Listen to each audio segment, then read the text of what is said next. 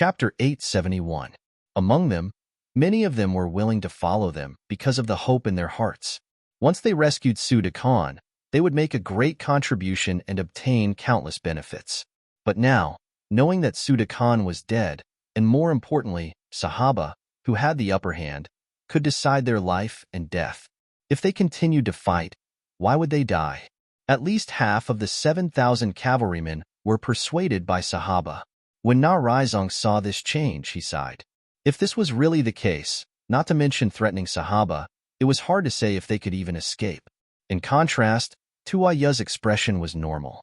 Perhaps the blow from her father's death was too heavy that she lost her will to live, or perhaps she had a better understanding of the human heart. Facing the cavalryman who suddenly disobeyed her orders, she did not show much panic. Instead, she turned her wrist and placed the saber on her neck. Sahaba, don't you want to marry me to control the entire tribe? Fine. If I die in front of you, what else can you do? You can't. Seeing Tuaya place the saber on her neck, Narizong cried out in alarm. Sahaba's expression was similarly frightening. He did not expect Tuaya to be so unyielding. Even if she died, she would not marry him. For a moment, he was in a dilemma. All right, nothing must happen to the princess, and nothing will happen to her. This is the war god's request. Lujua, who had seen everything, could not help but shake his head after seeing the change in the situation. Then, he finally opened his mouth to speak. When Lujua spoke, Sahaba, who did not know what to do, immediately found an outlet to vent. He looked at Lujua and reprimanded. What are you trying to do? War god? The war god said he wanted to form an alliance with us and sent 6,000 of you. Now that we have won the battle, you still want to give orders? Let me tell you, this is wishful thinking. This is the prairie, not the great Ming dynasty. Facing Sahaba's rebuke, Lujua's face didn't turn red, his heart didn't beat fast, and his expression was normal. No matter where it is, the word of the war god is valid. Anyone who wants to challenge his authority is the enemy of all of us mercenaries. Only after he finished speaking did the 6,000 new recruits he brought raise their cavalry swords.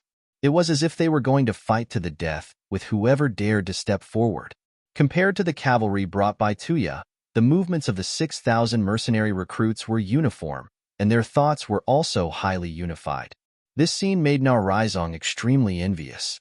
He had to admit that in terms of leading an army, the war god was indeed more capable than ordinary people. Fan Yuhai abandoned the 3,000 cavalrymen and Zhang Ming. Under Lu Duo's protection, he led the 2,000 cavalrymen away. At this moment, the sky was close to dusk, and it was about to get dark. At that time, as long as they didn't light a fire, they could use the night to escape far away without being discovered by anyone. Ignorant grassland people, one day I will return. At that time, I will kill all of your men and only leave your women for us to reproduce. At that time, you will regret it for the rest of your lives. Fan Yuhai said angrily. Today's defeat not only made his several months of hard work go to waste, but he also lost 3,000 cavalrymen and a valiant general. It was not worth it. Fortunately, he was able to escape in the end. Where there is life, there is hope. With Fan Yuhai's intelligence, it wouldn't be long before he could rise again. Report, there are cavalrymen in front. Report, there are enemies in the left wing. Report, there are enemies in the right wing. Report, there are enemies behind us as well. The scout shouts interrupted Fan Yuhai's reverie. At this moment, his expression became extremely tense. If there were only enemies in one direction, it might be a coincidence. But now, there were enemies in several directions, and he was surrounded. This was not a coincidence, but someone's intention. He had clearly charged out of the encirclement, so how could there be enemies here? Fan Yuhai was puzzled, but soon his eyes widened as if he had thought of something. The great Ming's Duke of Loyalty. At this moment, only Yang Chendong could appear outside the battlefield and meticulously design such a complete encirclement in such a short time. What was he trying to do? Was he trying to kill them all? When he thought of how he had caused trouble for others many times, and now that retribution had finally come, Fan Yuhai was no longer as calm and composed as before. He became extremely nervous. Quick, see where there are the least number of enemies.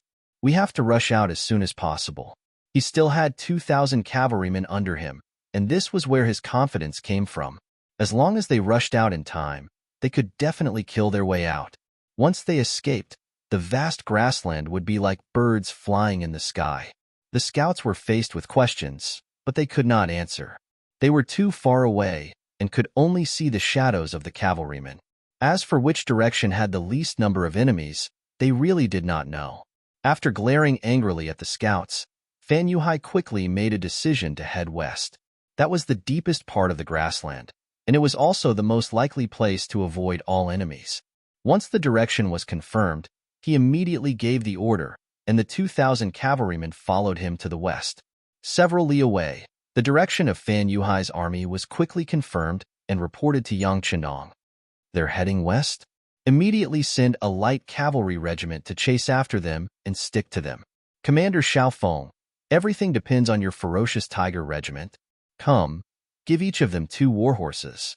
No matter what, this time, you must leave Fan Yuhai's life behind. Fan Yuhai had repeatedly appeared and caused endless trouble, and Yang Chendong had already lost patience with him. What he needed to do now was to seize this opportunity to prevent future troubles. As for Division Commander Lu Zhua, it was now almost dark, and there would probably be no battle. Moreover, it would not be too late to go over after he had settled the matters here. On the battlefield, Lu Zhua's sudden support for Tuaya had indeed caught Sahaba unprepared. Considering that it was almost dark, he finally gave up on the idea of immediately starting the battle. In the dark, no one could see each other clearly. If Tuaya were to escape, then the gains would not make up for the losses. Men, set up camp and surround this place. Don't let a single person leave. Of course, it's a different story if there are people who surrender. Sahaba glanced at Tuaya again and revealed the laughter of a victor. Let's take advantage of the night and kill our way out. Princess Tuaya gripped the blade at her neck and spoke with a rather heroic spirit. No. Without waiting for Na Raizong to nod, Division Commander Lu Zhua suddenly shook his head.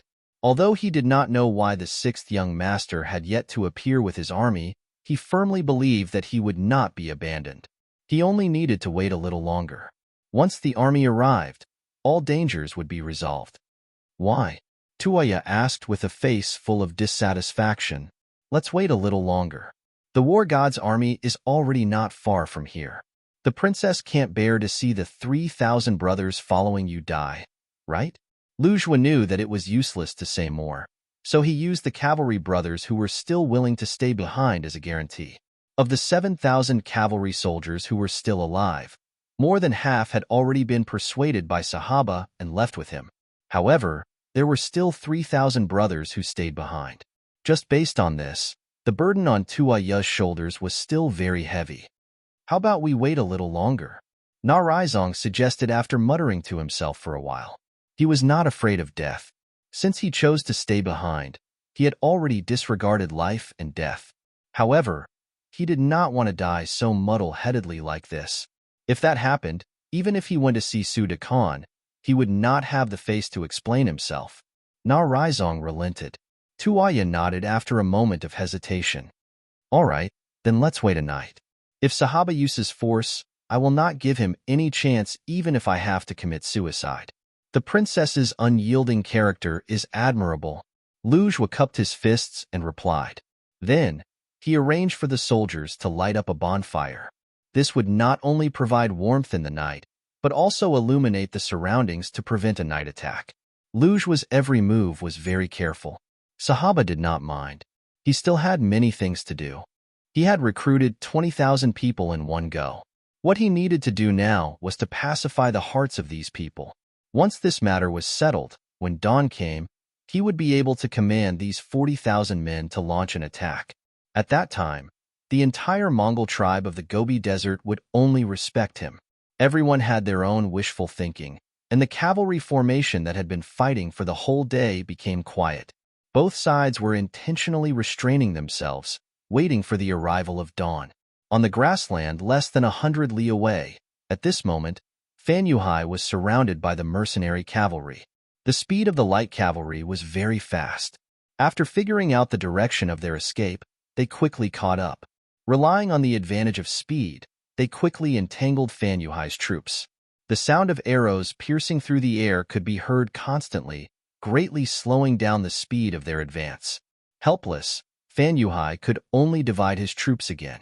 He arranged for Lu Duo to lead 1,000 men to charge out under his banner, attracting the attention of the mercenaries. Facing Fan Yuhai's military order, Lu Duo's eyes revealed a look of disbelief. "General, if we combine our forces, we may still be able to fight the enemy. If we split up, I'm afraid we won't even have the strength to fight." Thinking about how Zhang Ming had stayed behind because he had split up his troops, and now that he was probably dead, he did not think highly of splitting up his troops. At worst, he would just stay behind and fight the enemy. Killing one was enough to break even. Killing two was still a gain. "We can't.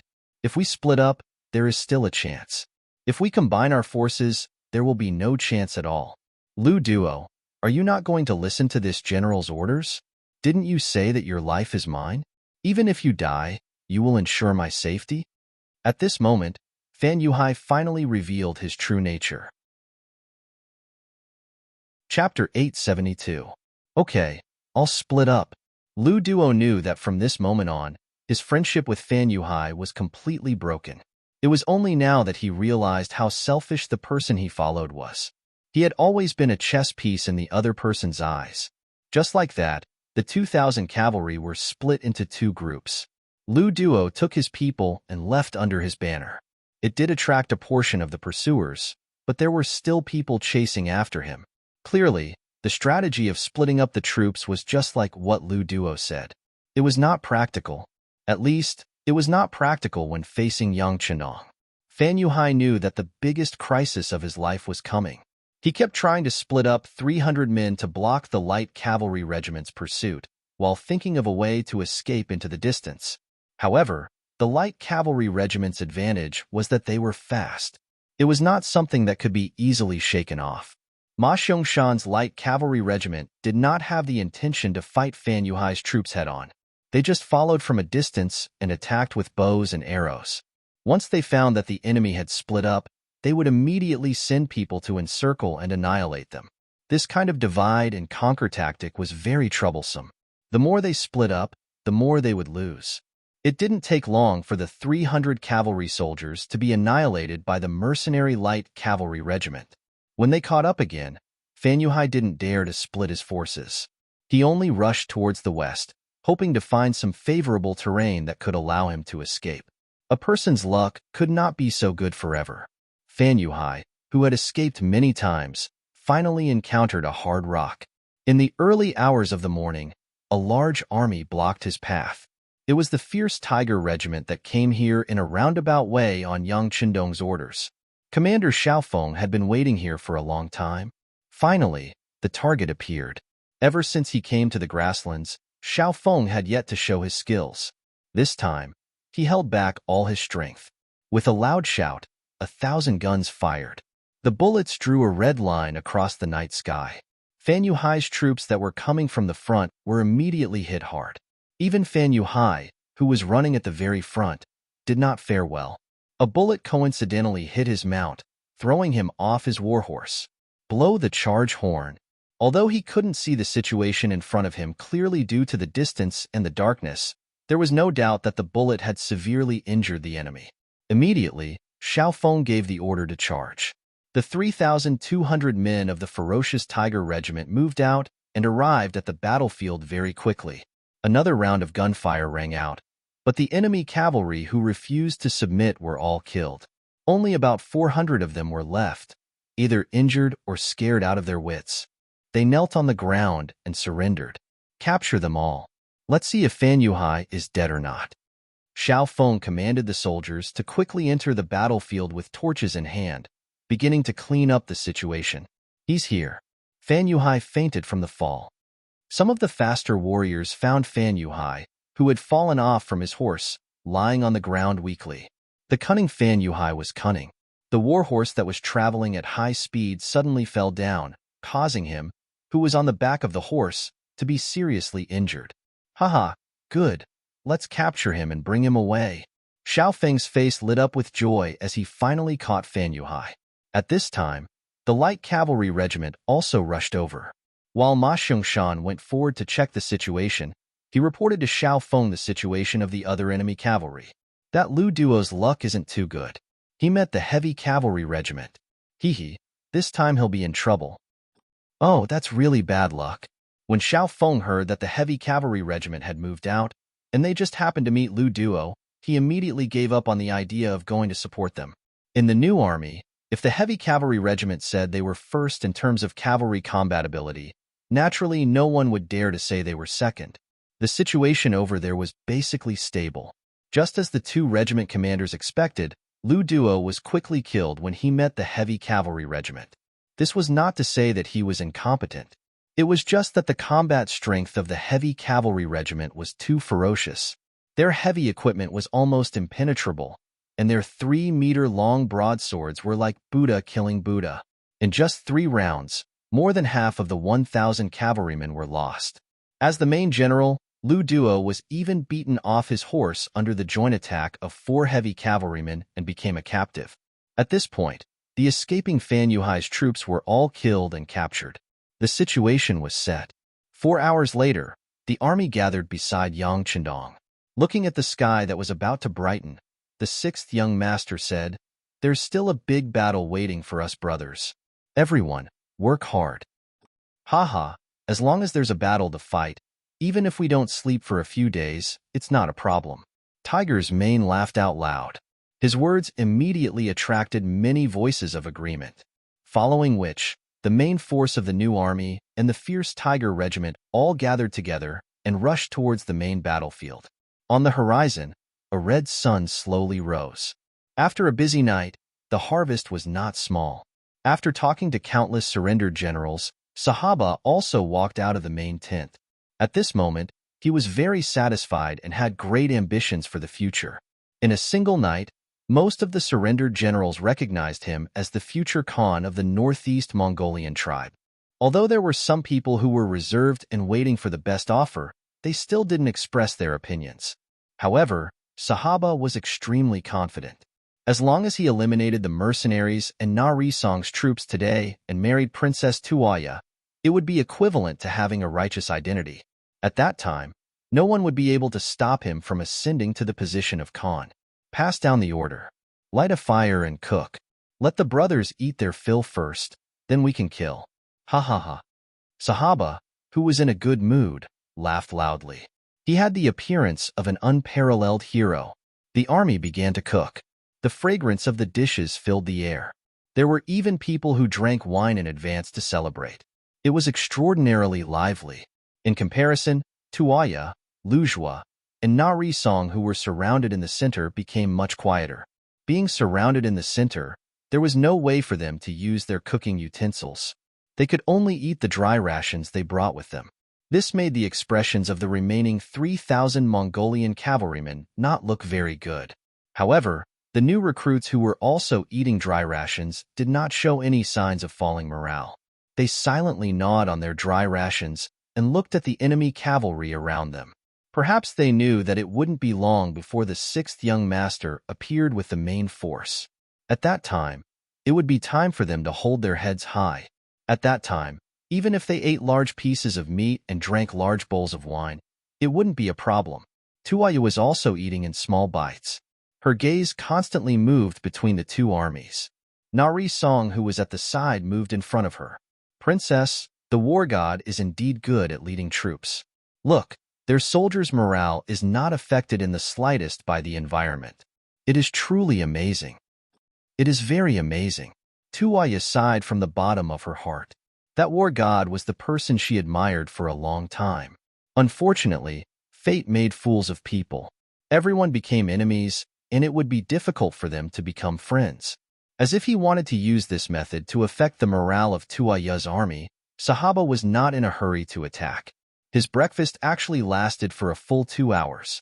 He originally wanted to continue and subdue the enemy without fighting. However, a sudden news broke his good mood. A scout suddenly reported that the supply base at the rear had been occupied by the mercenaries. The remaining 2,000 cavalrymen were either killed or captured. In short, it had nothing to do with him anymore. Before the army moved, the supplies would move first. Without supplies, Who would be willing to follow you and work for you? Sahaba, who heard the news, was naturally furious. In a fit of anger, he threw the mutton in his hand to the ground and pulled out his cavalry sword. He roared loudly, "The mercenaries are too much. Since that is the case, don't blame me for being merciless. Men, gather the army and prepare to attack." Sahaba was finally enraged. The army also began to gather and prepare to attack. Tuaya and the rest also gripped their cavalry swords tightly, ready to fight to the death at any time. Just as both sides were preparing for the attack, a bloody battle was unavoidable. In the distant grassland, wind and thunder suddenly rumbled. Looking from afar, a sea of military green was rapidly approaching. Not good, it's the mercenaries. The sharp-eyed scouts finally discovered the enemy. As they sprinted madly towards the camp, they shouted loudly. This news instantly spread throughout the entire camp. Those tribal generals who were prepared to assist Sahaba immediately lowered their sabers once again. Before seeing the situation clearly, they would not casually make a move. They only had one chance to gamble, so they would not casually make a move. Bastards, who told you to shout? Sahaba saw that the army was moving because of the scouts' shouts. While he angrily reprimanded the scouts for spreading the news, he also hurriedly mobilized his cavalrymen. He had already seen the strength of the mercenaries before. There was nothing to be afraid of. As long as he could defeat the mercenaries in this battle, the initiative would be in his hands again. 25,000 cavalrymen were assembled one by one. They were fully armed and ready to fight back against the mercenaries.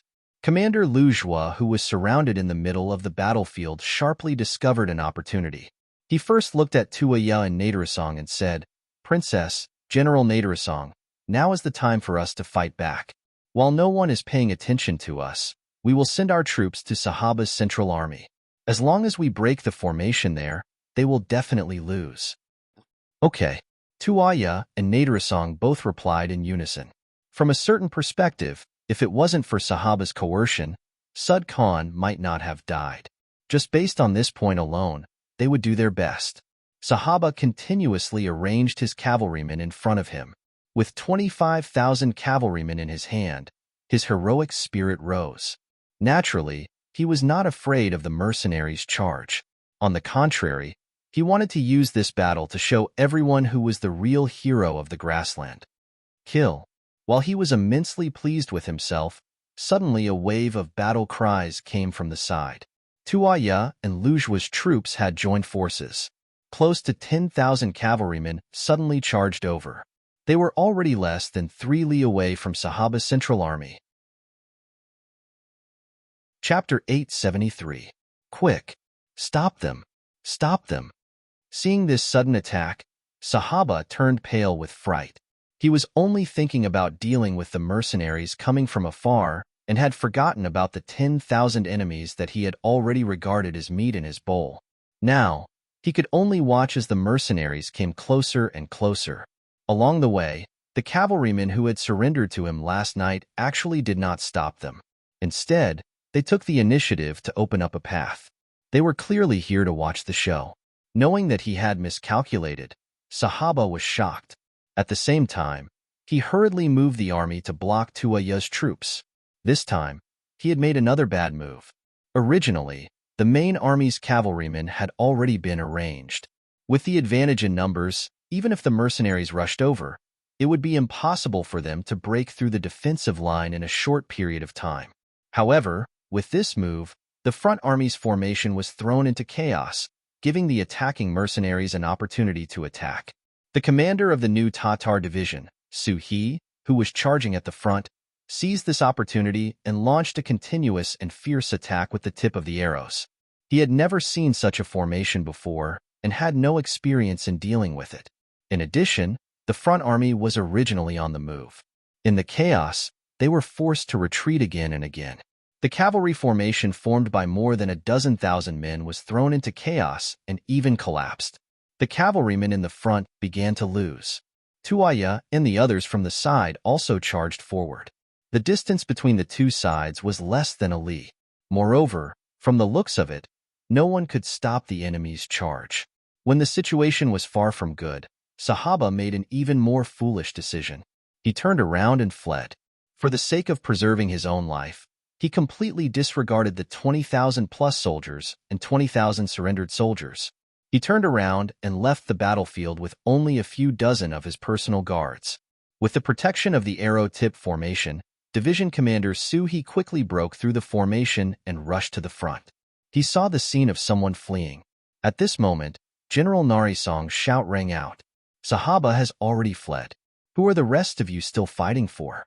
Why don't you dismount and surrender? You can still live. Narisong's shout reverberated throughout the battlefield, causing the already chaotic enemy troops to become even more chaotic. Many of the enemy cavalry had already stopped their actions of urging their warhorses, instead standing in place and hesitating. Suhi noticed the change in the situation and immediately came up with a plan. He got the soldiers around him to shout along with him. Sebaha's grain collection area has been occupied by the mercenaries. He's finished. Any cavalry who still wants to follow him will face the situation of starvation. Everyone, make your own choice. The cavalrymen, who were already at a loss, quickly urged their warhorses to stop when they heard that there was no more rations. They stood there, not knowing what to do. A huge battle that was supposed to happen was stopped just like that. Taking advantage of this opportunity, the ferocious Tiger Regiment was the first to arrive. Countless black muzzles were raised, and anyone who made any strange movements was killed without mercy. In a short period of time, at least 100 riders were killed. The situation on the battlefield became extremely quiet. Although the guns were limited, and it was impossible to kill more than 40,000 cavalrymen present, no one wanted to be the first to stand out. An unimaginable scene appeared. The battlefield was so quiet that it was frightening. Yang Chendong was riding on the white dragon horse, waiting for the bloody battle ahead. Yang Si, who was holding a telescope to observe the situation on the battlefield, suddenly shouted, "Young master, a few dozen riders have escaped. It looks like they want to enter the depths of Mongolia." Escape? Without orders, who can escape? Tiger's mane. Let Ma Xiangshan go and capture them all. Yang Chendong snorted. If too many enemies escaped, reaching tens of thousands, he would be unable to do anything. But only a few dozen riders escaped. That was absolutely not allowed. Ma Xiangshan's light cavalry once again jumped into the formation and chased after the escaping Sahaba. Yang Chendong did not pay attention to this small matter. Instead, he looked at the battlefield that suddenly became quiet and frowned. Then he said with relief, "It looks like the situation on the battlefield is better than we expected. Haha, since that is the case, let's set out and meet these grassland heroes." The situation of this battle far exceeded Yang Chendong's expectations. It was originally a bloody battle, and Yang Chendong was even prepared to lose 2 of his forces. Only when he arrived on the battlefield did he realize that the situation was far better than he expected. Pass down the order. Before Sahaba is captured, no one is to act rashly. Otherwise, the war god's guns will not have eyes. Knowing that at this moment, he had to use a thunderous and forceful method to intimidate everyone, Yang Chendong immediately said without any trace of politeness. He left behind some to pacify everyone. He also made it clear that as long as they did not act rashly, no matter what the final result was, the mercenaries would not act against them. This was the war god's promise. After doing all this, he walked to Tuaya's side. "Princess, if you trust my character, can you come with me over there to talk?"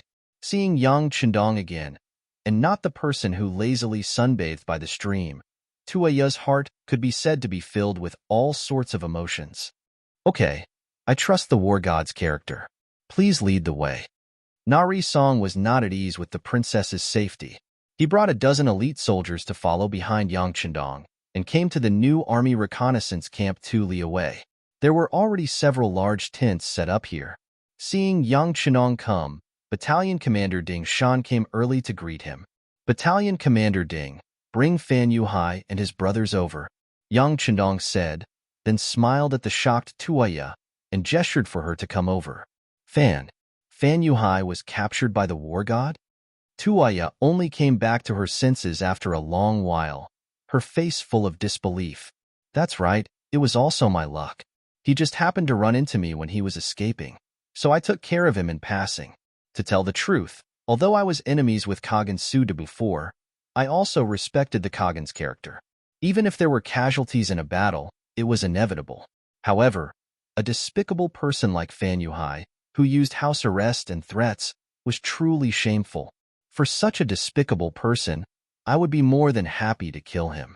However, considering that the princess might hate him even more, I resisted the urge to act and let him stay. Now that he is there, if you want to kill him or cut him up, the princess can do whatever you want.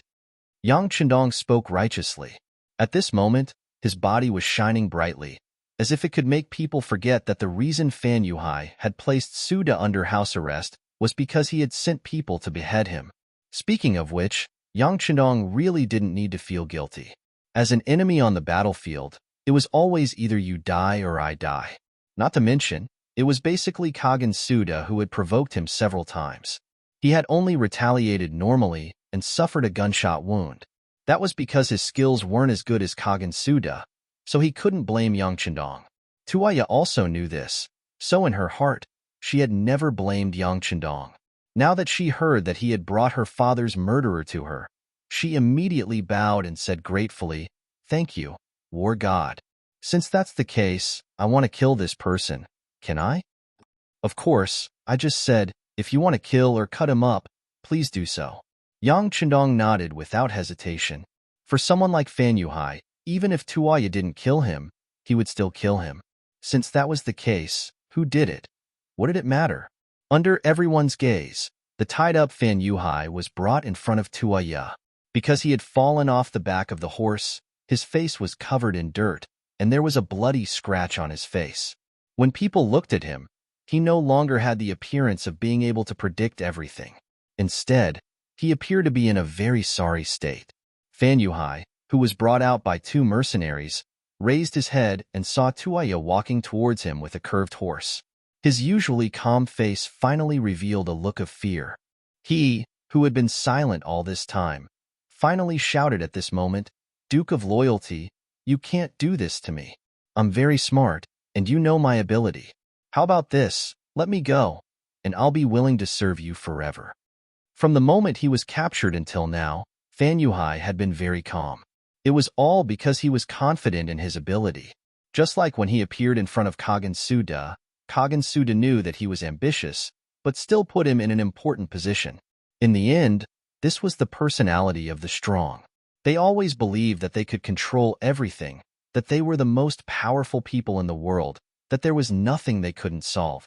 Because of this, Fan Yuhai believed that Yang Chendong wouldn't kill him. Instead, he might put him in an important position. With the mentality of waiting for the best offer, Fan Yuhai appeared extremely calm. He was waiting for the other party to discuss conditions with him, waiting for the other party to haggle. However, when he saw Princess Tuaya appear, he knew that things didn't develop as he imagined. Instead, there was a huge problem. Although he didn't know where the problem came from, he thought that he would definitely be useful. As long as he lowered his head, Yang Chendong shouldn't do anything to him. At this moment, Fan Yuhai no longer had the demeanor of a famous general. Perhaps he knew that if he didn't work hard, he might lose his life. At this moment, he was shouting crazily, as if he was afraid that Yang Chendong wouldn't hear him. Yang Chendong naturally heard him. At this moment, he was standing beside Lu Duo and the other cavalrymen who had followed Fan Yuhai for many years. He then looked at these cavalrymen with a tone that carried hidden ridicule, saying, "All of you, listen carefully. This is the general you've always been loyal to. This is the leader who is omnipotent and omniscient in your eyes. To be honest, he really isn't all that great.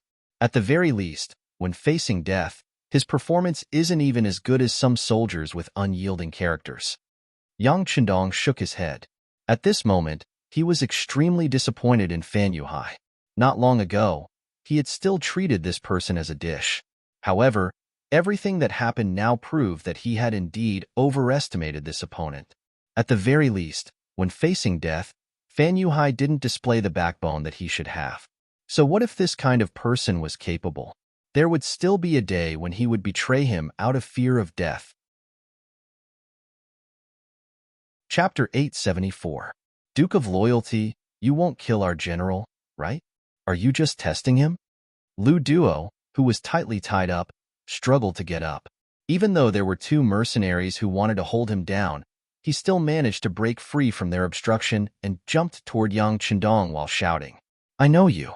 You're called Lu Duo, and you can be considered a fierce general. To be honest, a person like you following Fan Yuhai is like casting pearls before swine. Your general has angered me time and time again, so he must be killed. It's useless for anyone to plead for mercy. On the other hand, if you want to live, you can loudly beg for mercy. Perhaps I will give you a way out." Yang Chendong, who was already far away, suddenly stopped and then turned around to look at Lu Duo. After saying this, Yang Chendong did not wait for Lu Duo to reply. He had already turned around and walked toward Fan Yuhai, who was kneeling and begging for mercy. At this moment, Tuaya was already prepared to raise her blade.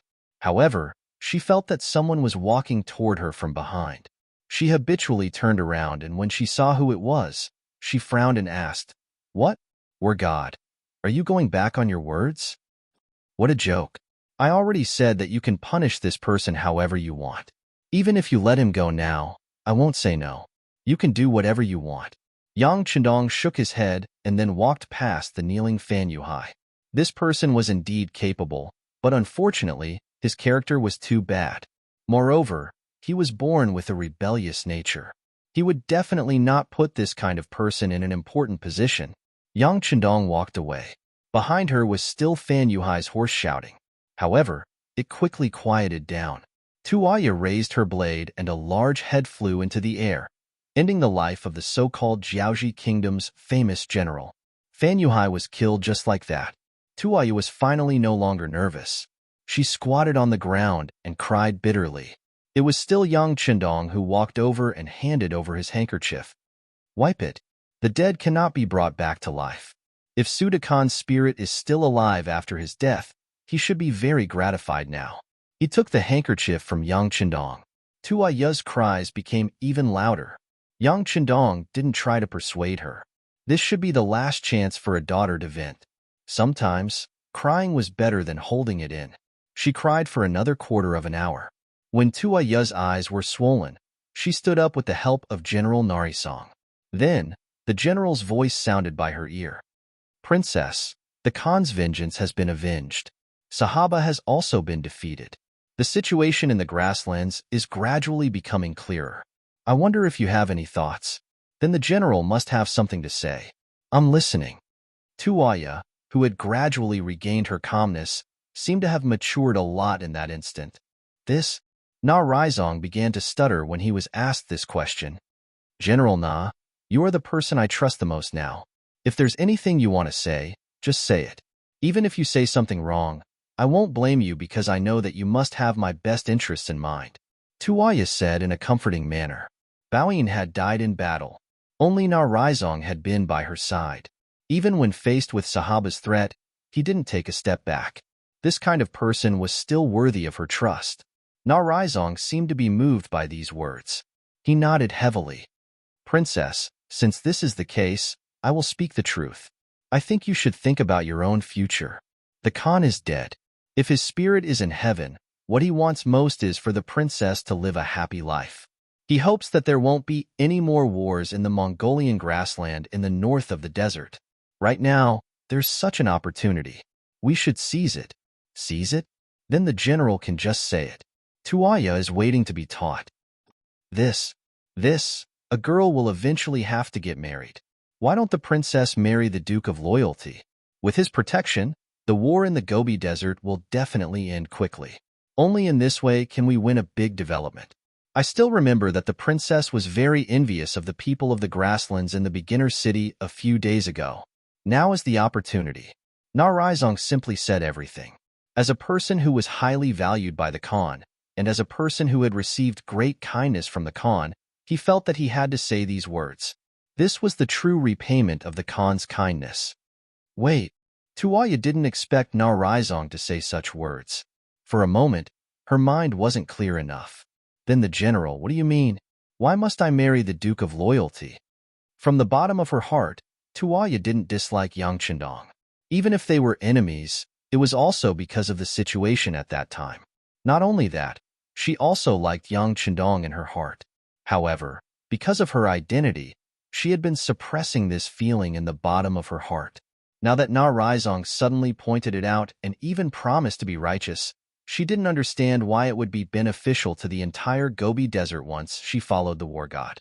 Na Raizong made use of this opportunity to speak his mind. Princess, we all know the combat power of the mercenaries. If we were to fight with them, what do you think the chances of winning are? I'm afraid it's not even 50%. If we don't handle it well, the Gobi Desert Mongol branch will no longer exist in the grasslands. If we are not friends, we are enemies. For the sake of the people of the grassland tribes, we should also join forces with the mercenaries. The best way to join forces is through marriage. This way, we can ensure everyone's safety. Although this is a little unfair to the princess, but from now on, the people of the grasslands will definitely be grateful to you. Moreover, the Khan also had such thoughts and wishes before he died. So, even the dead Khan had such thoughts. I need to think about it. Tuwaya shook her head and didn't make a decision immediately.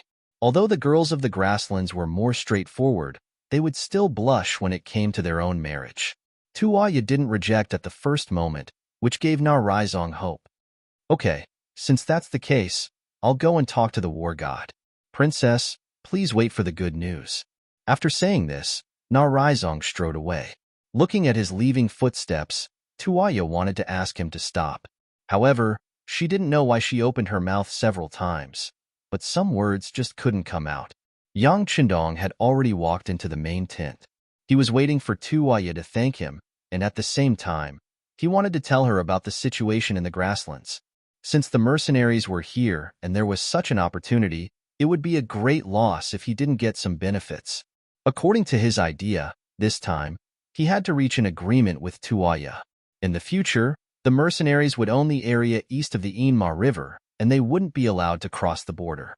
In this way, the crisis in the west of the beginning city would be completely resolved, and he would be free to do more things. After waiting for a long time, Tuwaya didn't appear, but Na Raizong came to visit. He thought that maybe she was too sad, so this matter was the same as what Na Raizong said. He sat down and said to Yang Si, "Please invite Na Raizong." Na Raizong strode in and came in front of Yang Chendong. He first bowed to him with Mongolian etiquette, then raised his head to look at Yang Chendong and said loudly, "War god, our princess has decided to marry you. This is the best way for us to unite. What do you think?" Yang Chendong, who was drinking tea, spat out the tea in his mouth. Fortunately, the two of them were 5 meters apart, so he didn't have to worry about the tea splashing on others. However, Yang Chendong, who spat out the tea, was still frightened.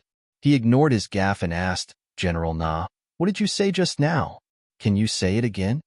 Yang Chendong couldn't be blamed for losing his composure. This was too different from what he had imagined.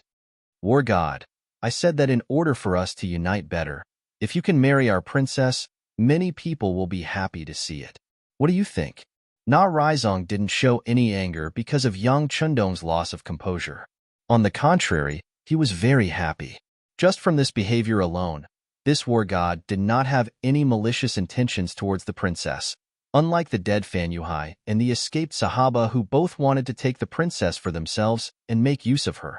This time, Yang Chendong really heard it clearly, but he didn't answer immediately. Instead, he fell into deep thought. With the death of Sud Khan, the only person left with the golden bloodline was Tuwaya. Perhaps this bloodline was nothing in his eyes, but in the entire Gobi Mongol tribe, she enjoyed a very high status. It wasn't an exaggeration to say that whoever had Tuwaya's support would have the orthodox status. At that time, anyone who dared to provoke them would be regarded as a rebellion. From this point of view, if he could take Tuwaya as his wife, there would be a lot of benefits. Moreover, this girl was indeed very beautiful, especially her big breasts which were very majestic. However, Yang Chendong had to admit this fact. Not only did he get a beauty, but he also had enough ingredients to stand on the table. Just from this point of view, marrying Tuwaya would only bring him more harm than good. Many people had pursued such a thing, but they couldn't. Now, this big pie was thrown in front of Yang Chendong. It was impossible to say that he wasn't moved at all. In the end, it wasn't about the beauty, but it would be very helpful to his future career. Wasn't the reason why Yang Chendong captured Fan Yuhai and sent him to Tuaya to be dealt with? It was also for the safety of the west side of the beginning city. Once he married this girl, the situation in the west side would be stable. This would play a great role in promoting the development of Yang Xie's forces in the grassland. In fact, this move could save a lot of time and a lot of manpower. There were too many benefits, and it was impossible to refuse. Yang Chendong quickly made a decision in his heart. When he looked at Na Raizong, his expression became much more serious. Princess Tuayo is a good girl. It's naturally a blessing to be favored by her. But when Na Raizong heard Yang Chendong's words, a smile appeared on his face. He rushed over because he believed that Yang Chendong would agree with his idea. After all, this was a great thing. However, when he heard the word, but, he was still stunned. He was a little puzzled. Could it be that this war god would disagree? Chapter 875. Under Na Raizong's suspicious gaze, Yang Chendong continued, however, I already have 5 wives, and there's still one that hasn't been married. If the princess marries me, she'll be my 7th wife. Wouldn't that be too unfair for her? If the princess is unwilling because of this, I won't be angry, nor will I attack you. As long as you're willing, we can still redraw the line and live in peace. War God, as far as I know, you Han men can divorce their wives. You can divorce your previous 6 wives. If you do that, impossible. Since I have married them, no matter what their identities are, they will always be my women. This will not change for the rest of my life. It's just like how if the princess marries me, nothing will change for the rest of my life. If that's what you're thinking, then I'm sorry, but please don't say such things in the future. Let's not talk about marriage. Let's talk about how to draw the line. Yang Chendong firmly interrupted Na Raizong. Although Tuaya's status was very noble, it was impossible for him to abandon his other 6 wives for the sake of this woman. Na Raizong could only sigh at Yang Chunjiang's decisiveness.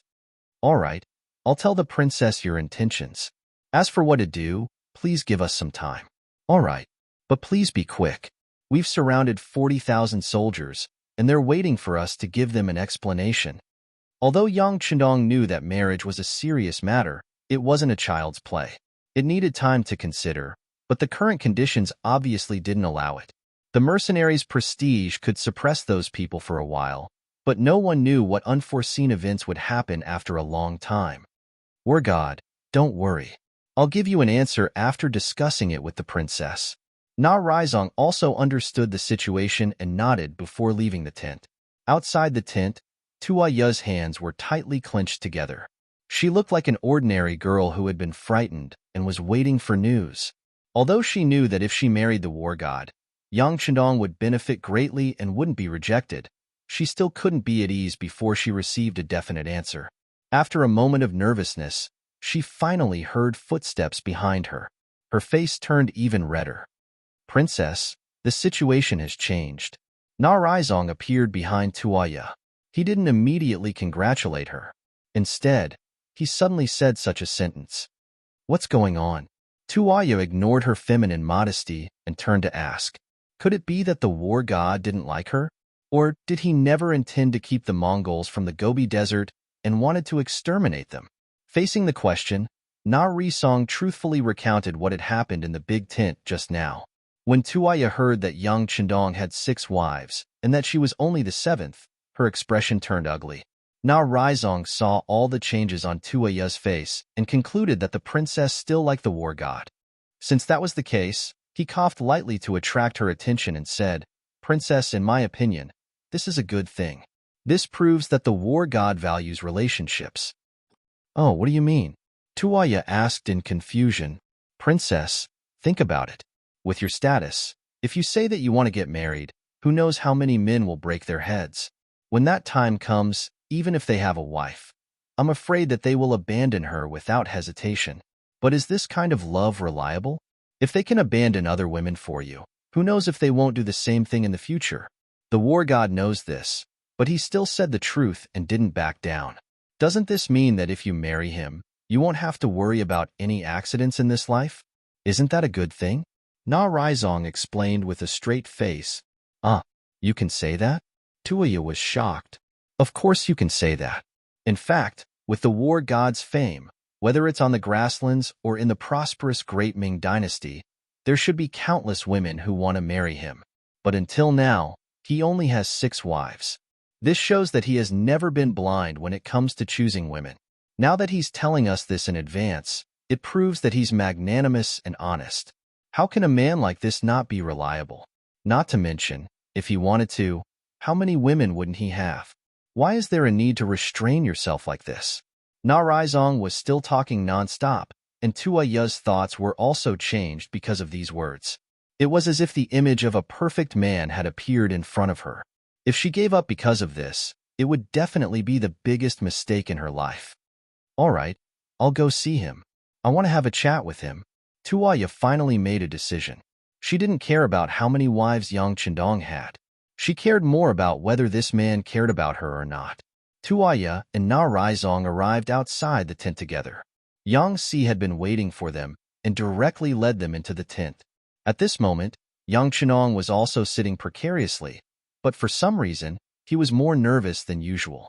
After entering the tent, Na Raizong took the initiative to retreat to the side and stood together with Yang Si. He completely handed over the initiative to Tuoya. War God, are you really not willing to give up your wives for me? You should know that I have the bloodline of the Golden family. If you marry me, the entire Mongol desert will listen to your words, listen to your orders, listen to your... Don't say any more. I won't give up on them. Yang Chendong directly interrupted Tuoya. Although it was a little heartless, it was also very decisive. This was his bottom line. He would not allow anyone to provoke him, even if there were great benefits in front of him. After being rejected on the spot, Tuoya's expression flashed with a hint of melancholy. Yang Chendong also sighed in his heart. He knew that it was very likely that things would fall through, so he simply gave up the idea of a marriage alliance. He wanted to use this opportunity to negotiate the border between the two sides. Just when he thought that the matter had come to an end, Tuoya suddenly said, "Okay, War God, your loyalty is admirable. I'm also moved. I'm willing to be your woman. For the future of the tribe, I'm also willing to cooperate with you. I'll listen to everything you say in the future, but I have one more condition." What condition? Yang Chendong, who was surprised, was no longer as calm as before when he encountered anything. He was really shocked by Tuoya's words. However, when he thought of the condition, he instinctively became more careful. I want you to give me a city that's about the same size as the first city. It will be built here to benefit our Mongol desert tribe. Tuoya opened her mouth and said very seriously, "Build a city?" Yang Chendong was stunned by this request. Narasong took half a step forward and explained, "A while ago, I accompanied the princess to the first city and was attracted by the prosperity there. The Mongolian people living there were very happy. The princess said that she hoped that one day, the Mongolian tribe in the north of the Gobi Desert would have a city like this, where the people could live freely. When danger comes, there would be a place to hide." That's right. This is my wish. It can also be considered as a dowry for you to marry me. Do you agree? Tuoya looked at Yang Chendong with a serious expression. At this moment, her heart began to beat faster, as if she was afraid that Yang Chendong would shake his head. Although she also knew that building a city would require a lot of financial and material resources, she still made such a request. In her opinion, if the other party did not consider this condition, then perhaps he really did not like her. There was no need for her to stay here. To Tuoya and Na Raizong's surprise, Yang Chendong did not even think about it and nodded directly. Okay, build a city. Build a city that's about the same size as the first city and name it North Desert City. But I also have a request. From now on, there are no Mongol desert tribe in the world. They will be unified under the jurisdiction of the mercenary army. If you agree, I will agree to your request. The reason why Yang Chendong agreed so readily was not because he was hot-headed, but because he originally had such an idea, but he thought that the time had not yet appeared. Since Tuoya took the initiative to mention it, he pushed the boat with the current and agreed. It was the best of both worlds. Okay, I agree. Tuoya was also straightforward. Knowing that her father was gone, if no one had the courage to stand up now, the entire Mongol desert tribe would be in a state of disunity. It was only a matter of time before they would be conquered. Since that was the case, it was better to give it to the mercenary army. At least they could protect their own people with their strength. Things went unexpectedly smoothly. Yang Qindong and Tuaya were also unexpectedly generous. The matter was settled. Next, Yang Qindong walked down from the chair and reached out to hold the hand of Tuaya, who was blushing. The two of them walked toward the place where the tribal leaders were still waiting for the news. It had been more than 2 hours since Tuaya had left, and these small leaders were already somewhat impatient. However, when they considered the fact that the nearby area was full of well-organized and murderous mercenaries, they had no choice but to suppress their temper. When there was finally a result, when they saw that Yang Qindong, who was known as the god of war, and Princess Tuaya were actually holding hands, many people's eyes began to widen infinitely. They really did not understand. How did things become like this after such a short time? How did this magic trick change? Princess Tuaya did not let everyone wait for long. In front of everyone, she announced her decision to marry Yang Qindong and what path the Mongol desert tribe would take in the future. Chapter 876. Tuaya was still announcing her decision as a member of the Golden Family. Yang Qindong, who was standing to the side, received the latest news from Yang Si and lightly nodded his head. Bring him in. Tuaya finally finished her speech. Then, her gaze naturally fell on Yang Qindong. Since she had chosen this person to be her husband, of course, he would take the lead from now on. Yang Qindong hugged Tuaya and smiled. Then, he looked at the tribe leaders who were staring at each other in shock and said, "The princess has already made her decision. In a few days, I will take her as my legal wife. At that time, I welcome everyone to come to the beginning city to congratulate us. Of course, if anyone is not satisfied with this result, you can choose not to come. However, from now on, you will be viewed as my enemy. In the future, there will be no other path of survival in the Mongol region. Come, bring him in." Yang Qindong's threat was still ringing in everyone's ears when the tightly bound Sahaba was dragged in front of everyone by Badao Jiang and Pang Yu. This person, together with Fan Yuhai, forced Khan Su to death. According to the law, he should be beheaded. Kill him. Yang Qindong merely shouted, and Yang Si, who was standing at the side, had already picked up a demon head blade. Soon after, the blade was raised and a head was chopped off. Sahaba, who had been caught alive by the light cavalry regiment, didn't even have the chance to say a word before he was beheaded on the spot, dying in front of the leaders of the other small tribes. This move of killing the chicken to scare the monkey, or even the monkey to scare the monkey, frightened many people. Originally, they wanted to voice out their objections. Why should the mercenaries occupy this place? Why should the Mongol tribe that had lasted for hundreds of years be swallowed by the mercenaries? However, when they saw Sahaba's death, many people wisely shut their mouths. The situation was stronger than the person. Now that the mercenaries belonged to the side of the general situation and had the support of Princess Tuaya, who could be his opponent? That's right, in terms of numbers, the Mongol army had 40,000 men, far more than the 20,000 mercenaries. However, there were too many factions among them, and it was impossible for them to be united. Furthermore, everyone was worried that if they jumped out first, they would die miserably and be targeted. Therefore, even though Sahaba had died right in front of them, not a single one of them dared to resist or protest. No one said anything. Yang Qindong's face was like a spring breeze as he said, "All right, since that's the case, I'll take it that you all agree to this decision. In order to express my desire to marry Princess Tuaya, I will soon build a city, North Desert City, at the place where the great battle just took place, Balsi and Tan, the temporary capital built at the end of the Yuan dynasty. At that time, as long as you are friendly with us, you will have the right to live there. At that time, you won't have to suffer alone in the yurt during the winter. Once the war comes, you won't have nowhere to hide." While looking at these Mongol people in front of him, Yang Qindong's lips curled into a smile, continuing, "Of course, building a city requires a lot of silver, and even more so a lot of manpower.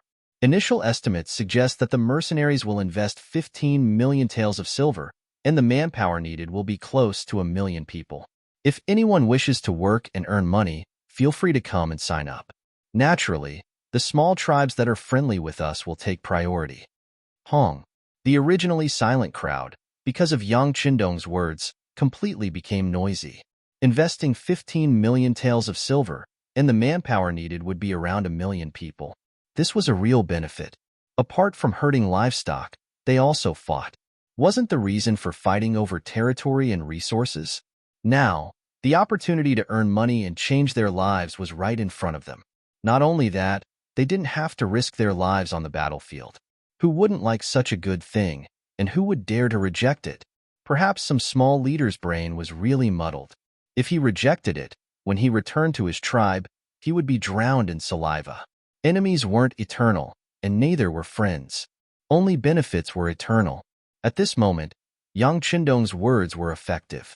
The voices of opposition that should have appeared disappeared. On the contrary, everyone now wanted to get closer to Yang Qindong. Even if their status wasn't high enough, being able to have a good relationship with Nari Song and the mercenaries was also a good thing. Whether it was because of their status or because they wanted to increase their prestige, Yang Qindong didn't say anything to the crowd. Instead, he held Tua Ya's hand and left, leaving everything to Tiger's Mane, Hebe, and Nari Song. Tua Ya was in a good mood. Now, the Mongol tribe in Imo Bay needed peace and development, and all these could only be brought by Yang Qindong. As for the Mongol tribe in Imo Bay completely disappearing in the future, Tua Ya didn't care anymore. As long as the people lived well, was the name really that important? Originally, they thought there would be a bloody battle, but they didn't expect it to end in such a good way. While the mercenaries admired the sixth young master, the construction of the city, especially the matter of who stayed to preside over the overall situation, became a problem that they needed to consider.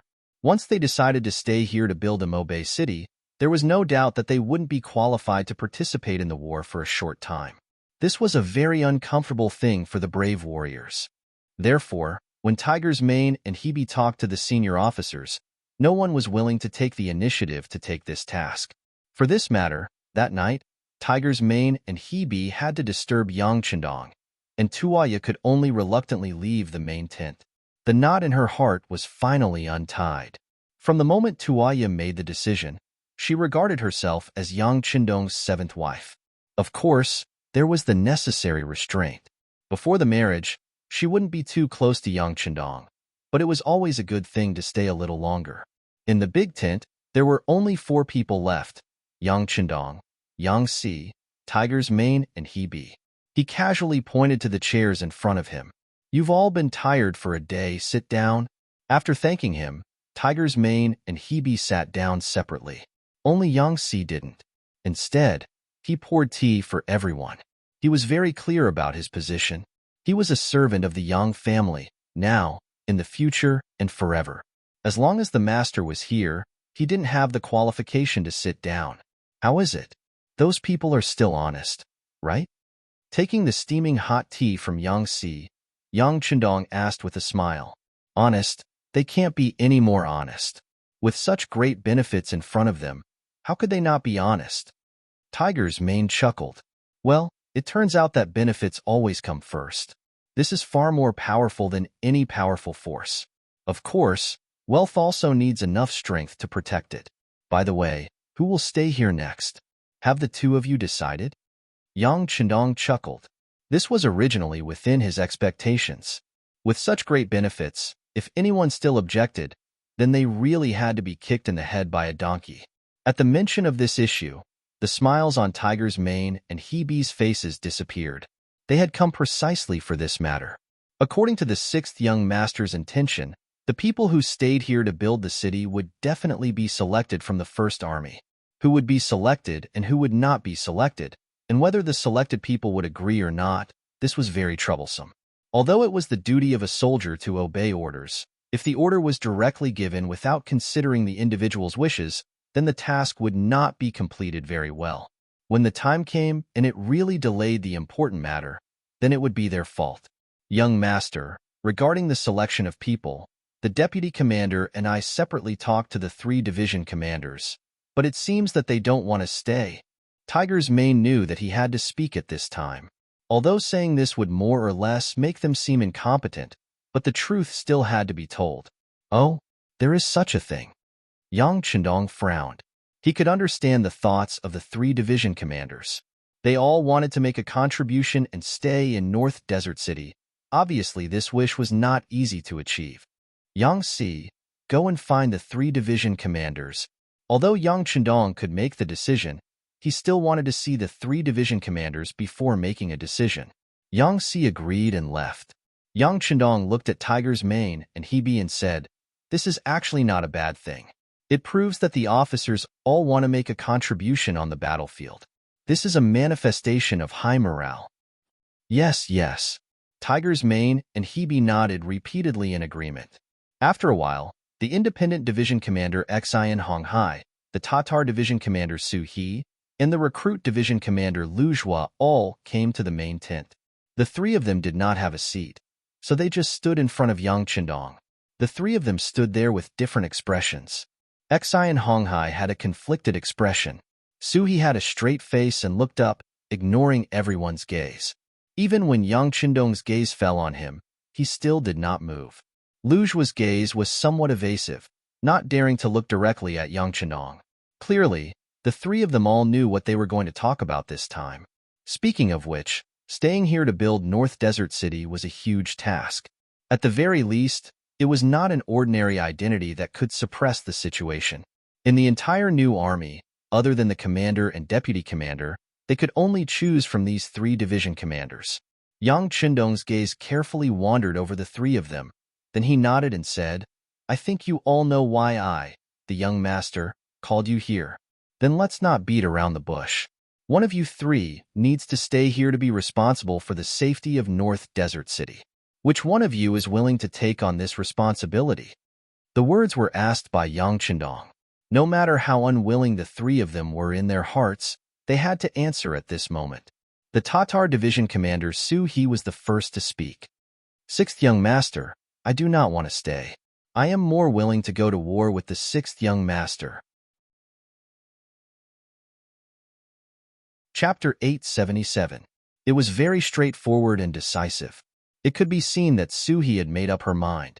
Yang Chendong couldn't say anything to blame him. Instead, he looked at the other 2 with a questioning gaze. Recruit Division Leader Lu Zhua finally opened his mouth under the scrutiny. "Sixth Young Master, I don't want to stay either. I still want to learn more about war. If there's an opportunity like this in the future, I might choose to stay, but now," Lu Zhua rejected him in a tactful manner. He was giving Yang Chendong face. However, it was hard to express his unwillingness to stay. Okay. It wasn't clear whether Yang Chendong was angry or not. After saying that word, his gaze fell on the last person, Xian Honghai. Xian Honghai was a person who handled matters calmly and had good personal ability. This was also the reason why Tiger's mane had taken a fancy to him and transferred him to be the deputy division leader of an independent division. Reality proved that this decision was correct. When Tiger's mane didn't have time to manage the army, this person took on most of the responsibilities and never caused any major problems. Therefore, when Tiger's mane was promoted by 1 rank, he was also promoted by half a rank and became a division leader. He was the kind of person who was lucky and had a prosperous career. Now, he didn't express his opinion. Therefore, when Yang Chendong's gaze fell on him, he hesitated even more. In the end, he sighed in his heart and said, "If that's the case, 6th Young Master, I'll stay." Xian Honghai, who had previously rejected him, actually agreed. This made Tiger's mane and Shibi, who were sitting there, look suspicious. Yang Chendong smiled and asked curiously, "You're really willing to stay?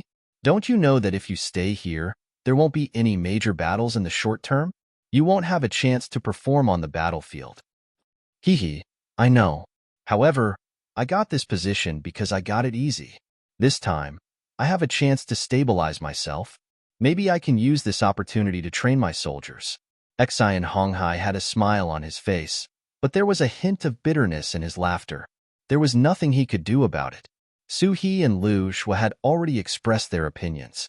Now, he was the only candidate left. If he didn't agree, wouldn't that make things difficult for the 6th Young Master?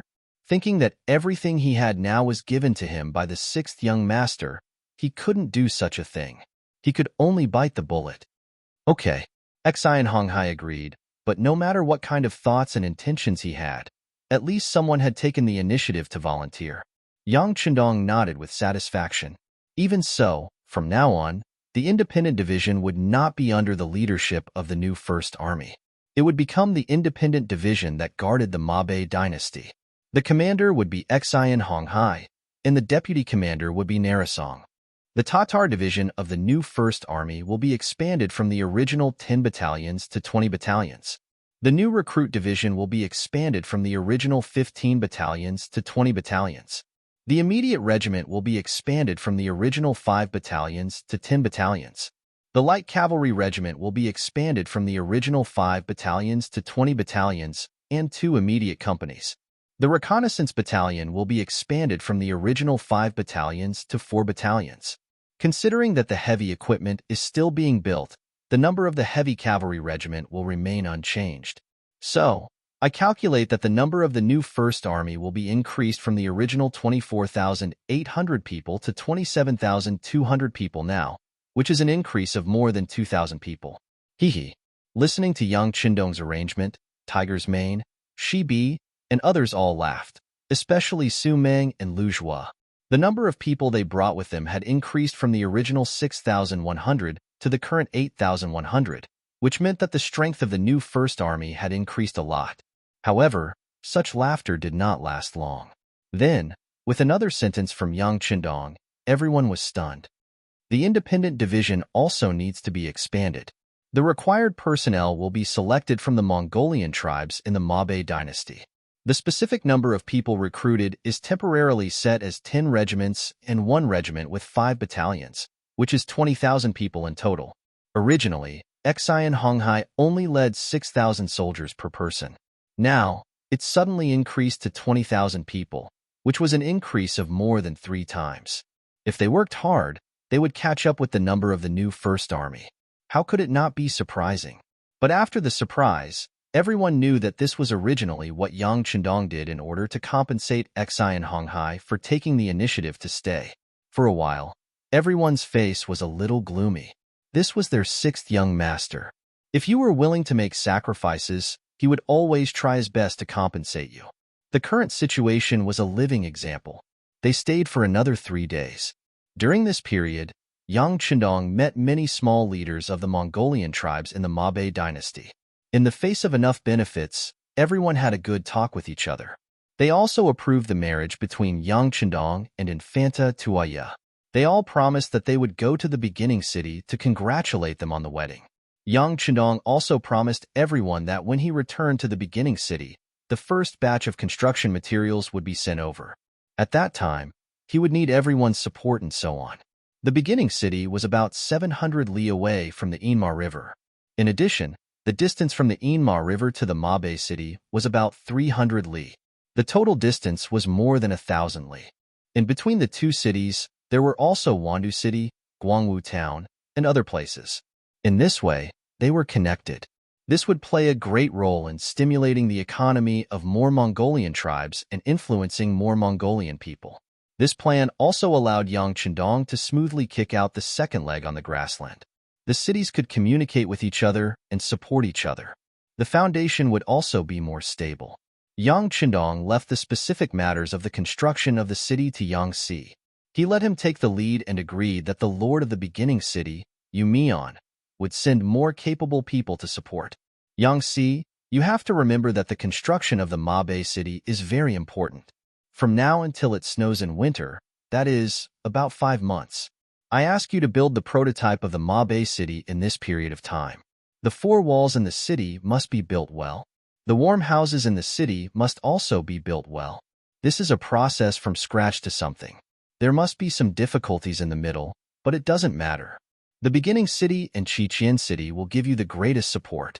Hundreds of thousands of people in the Mabe Mongolian tribe will also fully support you. Do I have the confidence to complete this work well? Yes, only if young master asks me to do something, I will do it. I will never turn back without orders. Yang Si said with a firm expression. Good. Yang Chendong patted Yang Si's shoulder happily. You just need to focus on building the city. The security work will be left to Xian Honghai and Na Raizong. I will arrange for people to take care of other things in the city later. You just need to grasp the general direction. Yang Xi's identity was naturally not suitable to be the lord of any city. Yang Qindong had to return to the beginning city to decide on the candidate for the position of the lord of the city. But the city didn't wait for people. The construction of the city had to start first. By the way, although these large and small tribes have to stand on our side for the sake of their interests, they still have to be tested if they are not sincere. You must pay attention to your own safety. The matter is urgent. I will allow you to withdraw first. Young master, I don't want the scene under the Beiding Gate in the capital to happen again. When talking about that matter, Yang Xi felt a burst of emotion. In order to save his life, the young master had actually given him a blood transfusion. Just based on this, how could he not sacrifice his life and give it his all? Young master, don't worry. Yang Xi knows what to do. 3 days later, Yang Qindong finally left. Other than leaving behind the independent regiment, the rest of the army was brought back. Princess Tuoya also left with him. On the day they left, many small leaders of the tribes came to see them off. They were all brimming with smiles. Yang Qindong was also smiling the entire time. However, everyone knew that no one could tell how much sincerity there was under this smile. With the accompaniment of the army, the return journey was extremely smooth. When they returned to the Yang residence in the beginning city, Yang Qindong immediately arranged for people to summon the lord of the city, Yu Mian, and the principal of the beginning city academy, Wang Xi. Originally, Wang Xi wanted to let Yang Qindong take on the role of the principal. However, he was still rejected. It was very difficult for him to have the time to go to the academy to teach everyone anything. Sometimes, he would not even go once for a long time. The position of the principal did not live up to its name. Therefore, he only took on the position of the honorary principal and taught everything. The two of them came to the Yang residence one after the other. First, the lord of the city, Yu Mian, reported the development of the beginning city to Yang Qindong. Reporting to the 6th young master, after our continuous efforts, the cement factory has now been set up here. Although we can't mass-produce our own cement due to some practical reasons, we can still solve a part of our needs. Speaking of which, we have to thank the scientific and technical personnel sent by the academy. They have a very deep theoretical foundation. Not long after they came into contact with the practice, they put forward some suggestions for improvement. Now, it seems that they are very practical. Also, our grain fields have been developed to 300,000 mu. As long as the people living temporarily in the city are willing, they will be given some fertile land.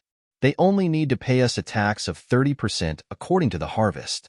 The army's grain fields are all managed by the logistics division.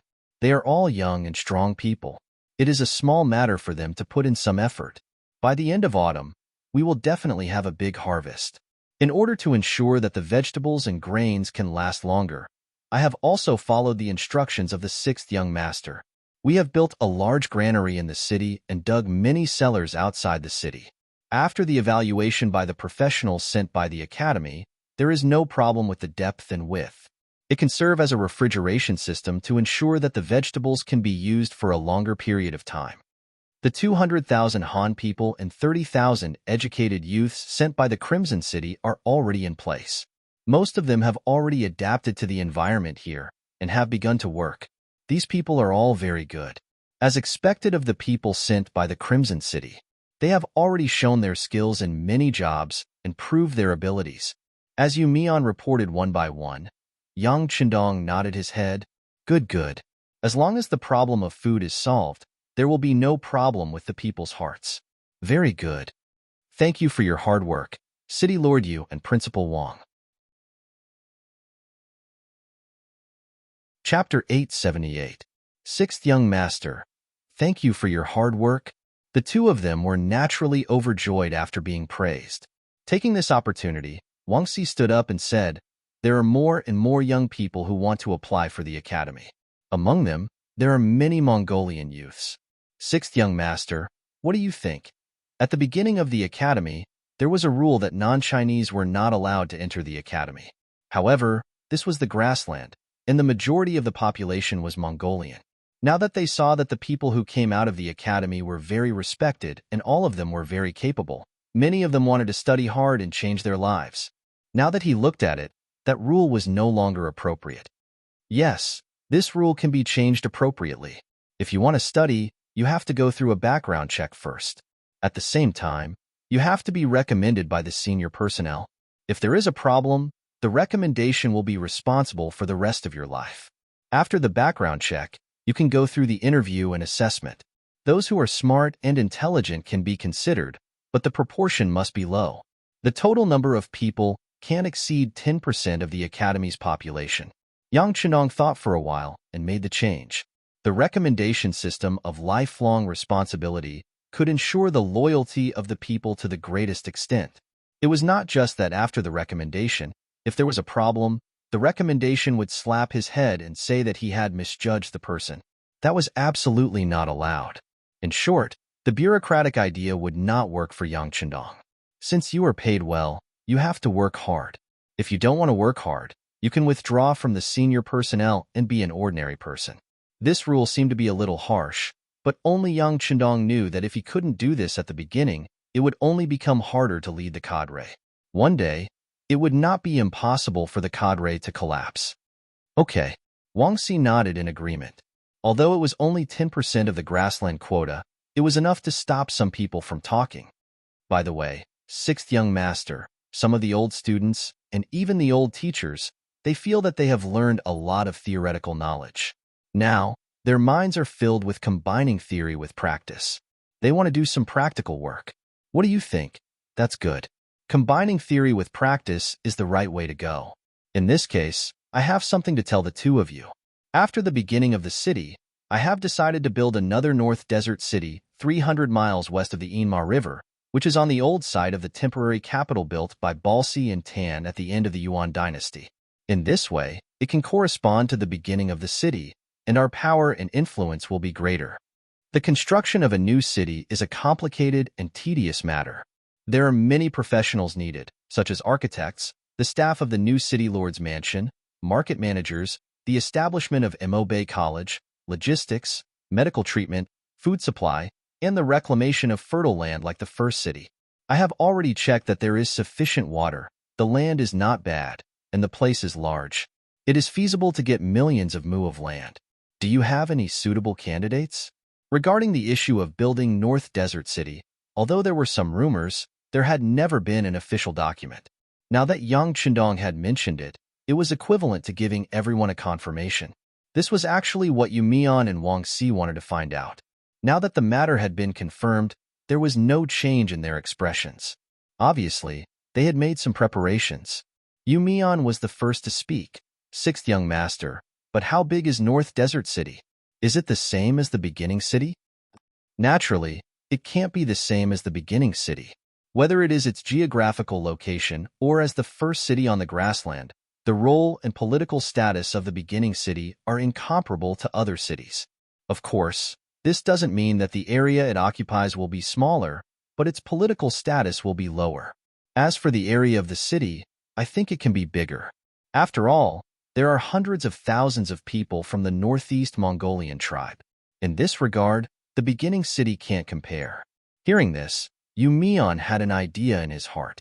As long as the status was not the same as the beginning city was still the big brother. Some of the management personnel there could be transferred from the beginning city. It was not considered overstepping his authority. All right, if that's the case, the city lord's mansion can send out 100 management personnel. They all started from the bottom and worked their way up step by step. In the past year, they have fully demonstrated their abilities. There are many good seedlings among them, especially my deputy city lord Mao Xiang, who is a very capable person. Mao Xiang. Yang Chendong nodded after hearing this. He had seen this person many times and heard more about his story. He was born a Han Chinese and had once been a scholar. However, because of the war in the place where he was brought to Crimson City by Long Song, who had gone to the south of the great Ming dynasty, which had not been divided at that time. This person was actually interested in Long Feng and worked hard to exercise his body. He failed the first assessment but succeeded the second time. Unexpectedly, He was then chosen by the new city lord of Crimson City, Yu Qian, and transferred to the city lord's mansion to work. After that, he followed Yu Mian to the beginning city and performed very well. Thinking about it, if his performance was mediocre, how could Yu Mian stand out to recommend him? One had to know that this recommendation was lifelong. In other words, if there was a problem with Mao Xiang in the future, Yu Mian would have to take responsibility. Originally, Yang Chendong wanted Yu Mian to recommend a city lord. It was impossible for Crimson City to recommend every talent. The climate and customs of the two places were different. The recommended person would have to adapt for a period of time. This was not conducive to North Desert City, which was eager to start work. Now that Yu Mian had taken the initiative to recommend him, Yang Chenong nodded. Okay, let me come over later. I will meet him. This meant that there was a chance. Yu Mian immediately said that he would do it when he returned. Now that there was a candidate for the city lord, Wang Si was unwilling to give in. He immediately proposed a candidate for the North Desert City Academy. There was no doubt that these two were promoting their own people in order to expand their speaking rights. It was still the same saying, where there were people, there would be conflicts. This was something that even Yang Chendong could not stop. He only wanted these recommended candidates to be suitable. As for some private conflicts, as long as it did not affect the overall situation and work, he would not casually intervene. Just like how he treated Yu Mian's candidate, Yang Chendong said that he also wanted to meet the candidate recommended by Wang Si. The matter was basically settled like this. Then, as the city lord, Yu Mian reported some practical materials that could support the construction of North Desert City. On this point, he did not mean to hide it. North Desert City was a lower political treatment than the beginning city. The stronger it was, the happier Yu Mian would be. Not long after meeting Yu Mian and Wang Si, Yang Chendong summoned the director of the security bureau stationed in the beginning city, Feng Liang. He expressed his worries about the North Desert region and requested to immediately build a public branch of the security bureau there. It was initially designated as a group. In the future, after the construction of the city had been completed and after work achievements, he could consider to be promoted to deputy director. He still had to accept the leadership of Feng Liang. Mao Xiang and the others were then met by Yang Chendong one by one. They talked about some practical work and future plans. These people came prepared and already had a series of plans in their hearts. In Yang Chendong's heart, he was quite satisfied. With the group in place, the next step was the mobilization of personnel and the transportation of materials. As a result, the construction of North Desert City officially began. With the full support of the various tribes in North Desert, it was done in a hurry. At the same time, preparations were also made for Yang Chendong and Tuaya's wedding. According to Princess Tuaya's intentions, she was in a hurry to get married, especially when she knew that the 5 wives of the war god had yet to give birth to a child. She wanted to take the lead even more, so she found someone to look at the date in private. It was set to be the 1st of the 7th month, more than 20 days later, for her wedding with Yang Chendong in the origin city. In order to expand the influence this time, Tuaya personally asked for instructions from Yang Chendong.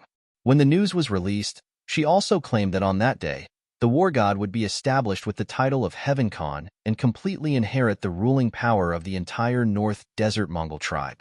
When the news came out, all the forces in this area were shocked. First of all, the small leaders of the North Desert Mongol tribe. Although the title of Heaven Khan was not discussed with them before, it made them unhappy. However, considering the practical benefits in front of them, the construction of North Desert City had already begun. The workers here were all paid daily. The shining silver fell into the hands of the people of the tribe just like that. They had already won a large number of people's hearts. Even if they wanted to come out and stop it now, it was impossible, so they could only let it go. Not only that, on July 1st, they also had to consider going to the beginning city and take out their gifts to show their loyalty. At the same time, Shi Wanshan, who was currently in Tala City, also received the news. He was currently in charge of the Xian residence and the commander of the capital department of Wangquan. In his study, he sat quietly for a long time. Yang Chenong was actually going to receive the title of Heaven Khan and at the same time take over the entire North Desert Mongol tribe. Because his wife was Princess Tuaya, their children would have the golden bloodline of the Mongol tribe. One could imagine their appeal in the future. All these things made him very anxious. The more Yang Qindong's power increased, the greater the pressure on Bai Ming. It could be imagined that if this kind of power was allowed to grow, it was likely that in the near future, a powerful enemy would appear in Bai Ming. Unfortunately, Bai Ming's imperial court seemed to have chosen to turn a blind eye to this situation. The new army that the imperial court was currently training was prepared to unify the great Ming dynasty. They were preparing to attack the southern Ming dynasty. This was the policy of the higher-ups. Shi Wanshan's words carried little weight. The only thing he could do was to be on good terms with Yang Qindong as much as possible and maintain the normal situation in the northwest. Shi Wanshan quickly made a decision. He would submit a memorial to the imperial court to ask if he could represent Bai Ming in congratulating the Duke of Zhongdan on his wedding. Since he could not fight, he could only think of a way to be on good terms with him. Chapter 879. Unlike the Mongolian tribe and Shi Wanshan who had no choice but to express goodwill, there were also the Sambar province and Jingzhou province south of Tulu City. They were all under the banner of the great Khan of Wara. After receiving the news, they immediately sent the news out. Although they could barely protect themselves with their forces and did not want to provoke the mercenaries and the powerful god of war now, the other party wanted to be conferred the title of Heaven Khan. In history, only a few people like Emperor Taizong of Tang, Li Shimin, and Genghis Khan could enjoy the title. Now that Yang Qindong wanted to take it for himself, they had no choice but to report such a big matter. As for what the higher-ups wanted to do, it was not something they could worry about. In the beginning city, Tuaya acted first and reported later, and created the title of Heaven Khan. Yang Qindong did not know about it at the first moment. If Yang Qindong was the Heaven Khan, then once he had a son with Tuaya, wouldn't he also have a high status? On this point, Tuaya had her own selfish motives. Yang Qindong was well aware of this point, but he did not point it out. Although this title could be said to be a tall tree attracting the wind and would bring unknown consequences and become the target of public criticism, he was not afraid or worried about the powerful mercenaries. All right, Heavenly Khan it is. Send a report to the madams in Qiqian City and give a detailed introduction of the situation here. Yang Qindong stood under the moon in the small courtyard and said to the servant Yang Lu who was following beside him. In his eyes, the influence of a Heaven Khan was far less important than explaining to his madams. Yang Lu sighed at the young master's powerful thinking. After agreeing, he turned around and did it. The god of war, the Duke of Loyalty of the great Ming, the messenger of Tungri Heaven, the future Heaven Khan of the grassland was going to marry the princess of the Golden family. This news quickly made the beginning city boil with excitement. The people in the city who had benefited from it hung red lanterns in every house, and the entire street was cleaned up. They expressed their congratulations to Yang Qindong in this way. As the day approached, more and more people rushed to the beginning city to watch this grand ceremony. Among them was Chief Commander Shi Wanshan, who had received the imperial court's reply and had come to the beginning city to express his goodwill. Therefore, the inns in the city were overcrowded. Some people also took the opportunity to clean up their houses to entertain the guests. During this period, they made a small profit. Although the beginning city's city lord's mansion to collect taxes, compared to the profit, the people were still very happy. If there were happy people, there would be some people who were unhappy. For example, Tua Buhua, who received the news. Yang Qindong's appearance changed history and also changed the trajectory of some people's lives. Tua Hua was one of them. Tua Buhua's full name was Bur Tua Buhua. He was betrayed by his younger brother Agar Dorji and defeated by Yeshin. However, he was still alive. Not only that, because Yeshin's main goal was to deal with the Baiming Dadong prefecture, he had the opportunity to develop. Now, he had 30,000 elite cavalry and 50,000 ordinary cavalry. Previously, Hubo was his subordinate. He originally wanted to integrate the Tatar cavalry near Tulu City to strengthen his own strength. However, he did not expect that he would lose to the combination of the mercenaries and the Baiming army so quickly. Just as he was thinking about whether to take revenge immediately, the news of Yang Qindong marrying the princess of the Golden family and becoming the Heaven Khan spread. This time, Tua Buhua could not take it anymore.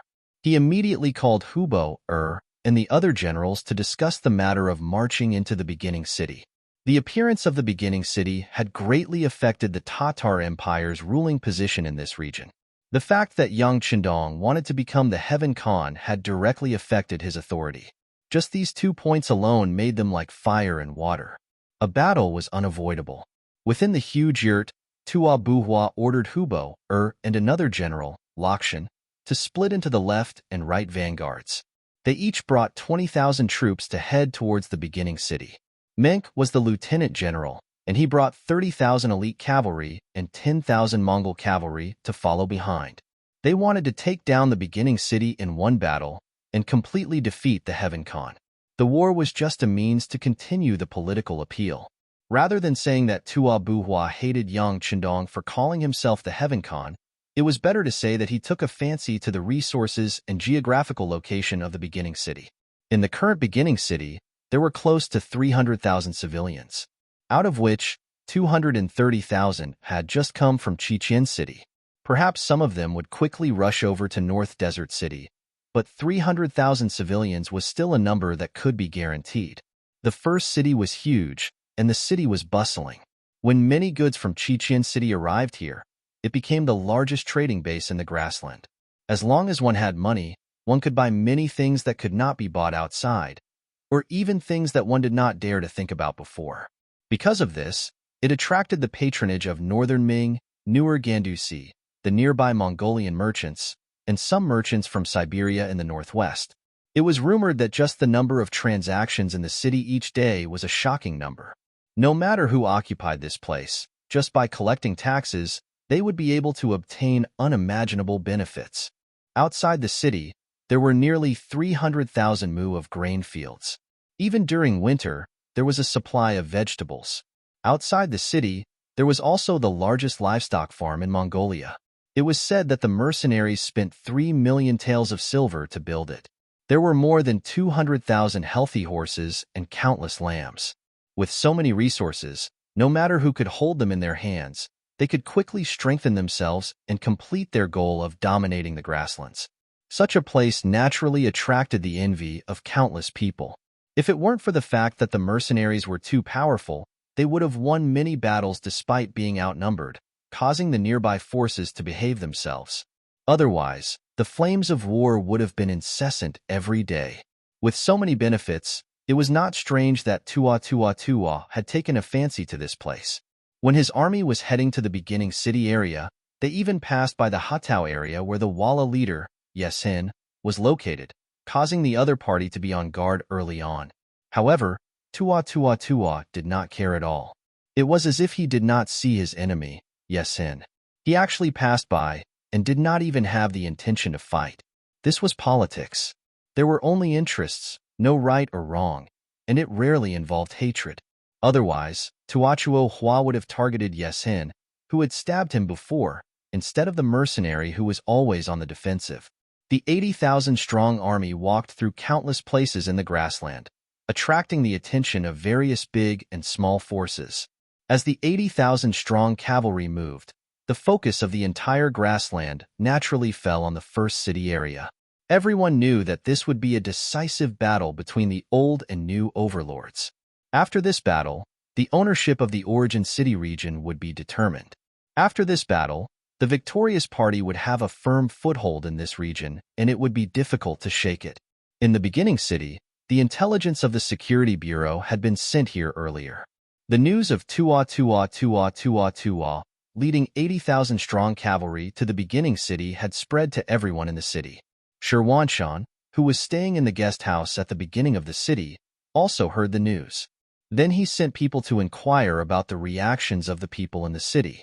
This would play an extremely important role in his analysis of the victory or defeat of this battle. The people he sent out quickly replied. Unfortunately, the news they brought back made Shirwanshan very disappointed. In the entire city, there was not the slightest panic on the faces of the people. Everyone was doing what they were supposed to do. It seemed that no one took Tua's 80,000-strong cavalry seriously.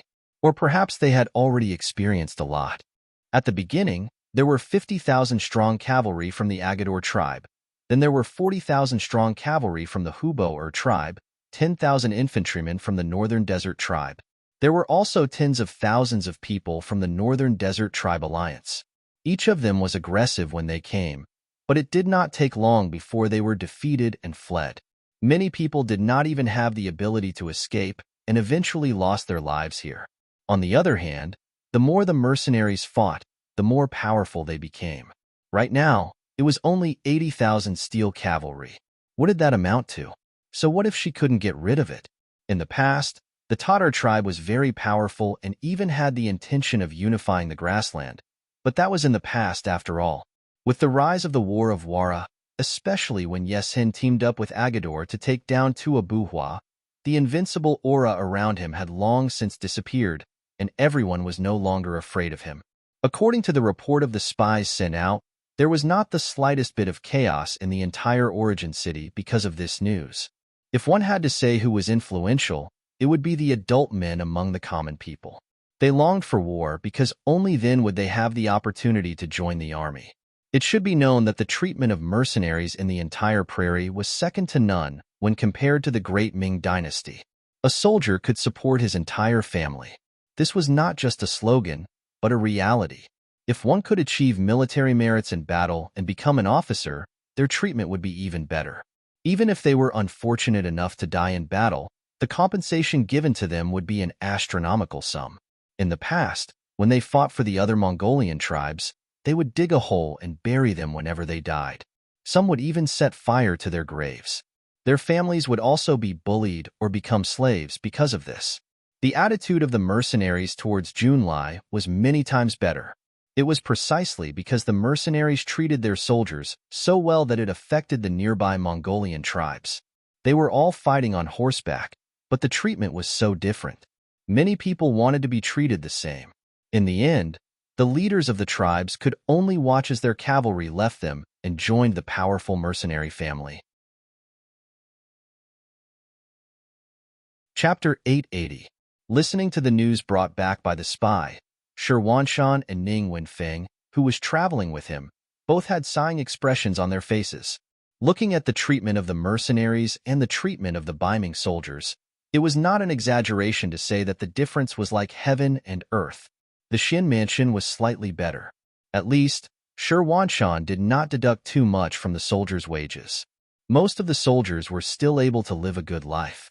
Compared to some other places, the army was still mainly military households.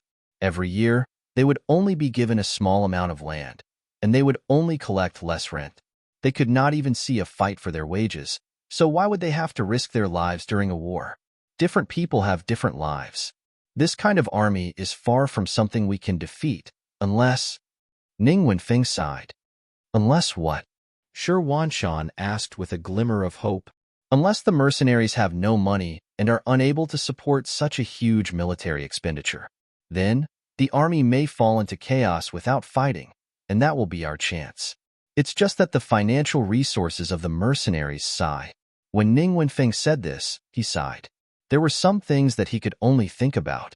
Not to mention other things, just based on the income from the greenhouses in the winter of the first city, who knew how much money they could earn from the fresh vegetables they sold.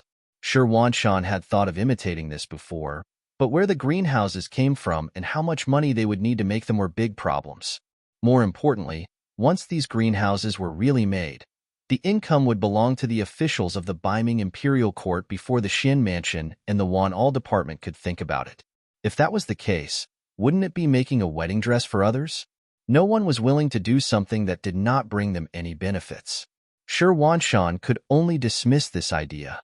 Now that he heard Ning Wenfeng say that unless the mercenaries had financial problems, perhaps their opportunity would appear. He shook his head and said, "This problem will not appear for the time being. I'm afraid you already know that the mercenaries have a large military base on Ryukyu Island. I think the development there is far beyond our imagination. How much money can be made from the things produced there is not something you or I can imagine."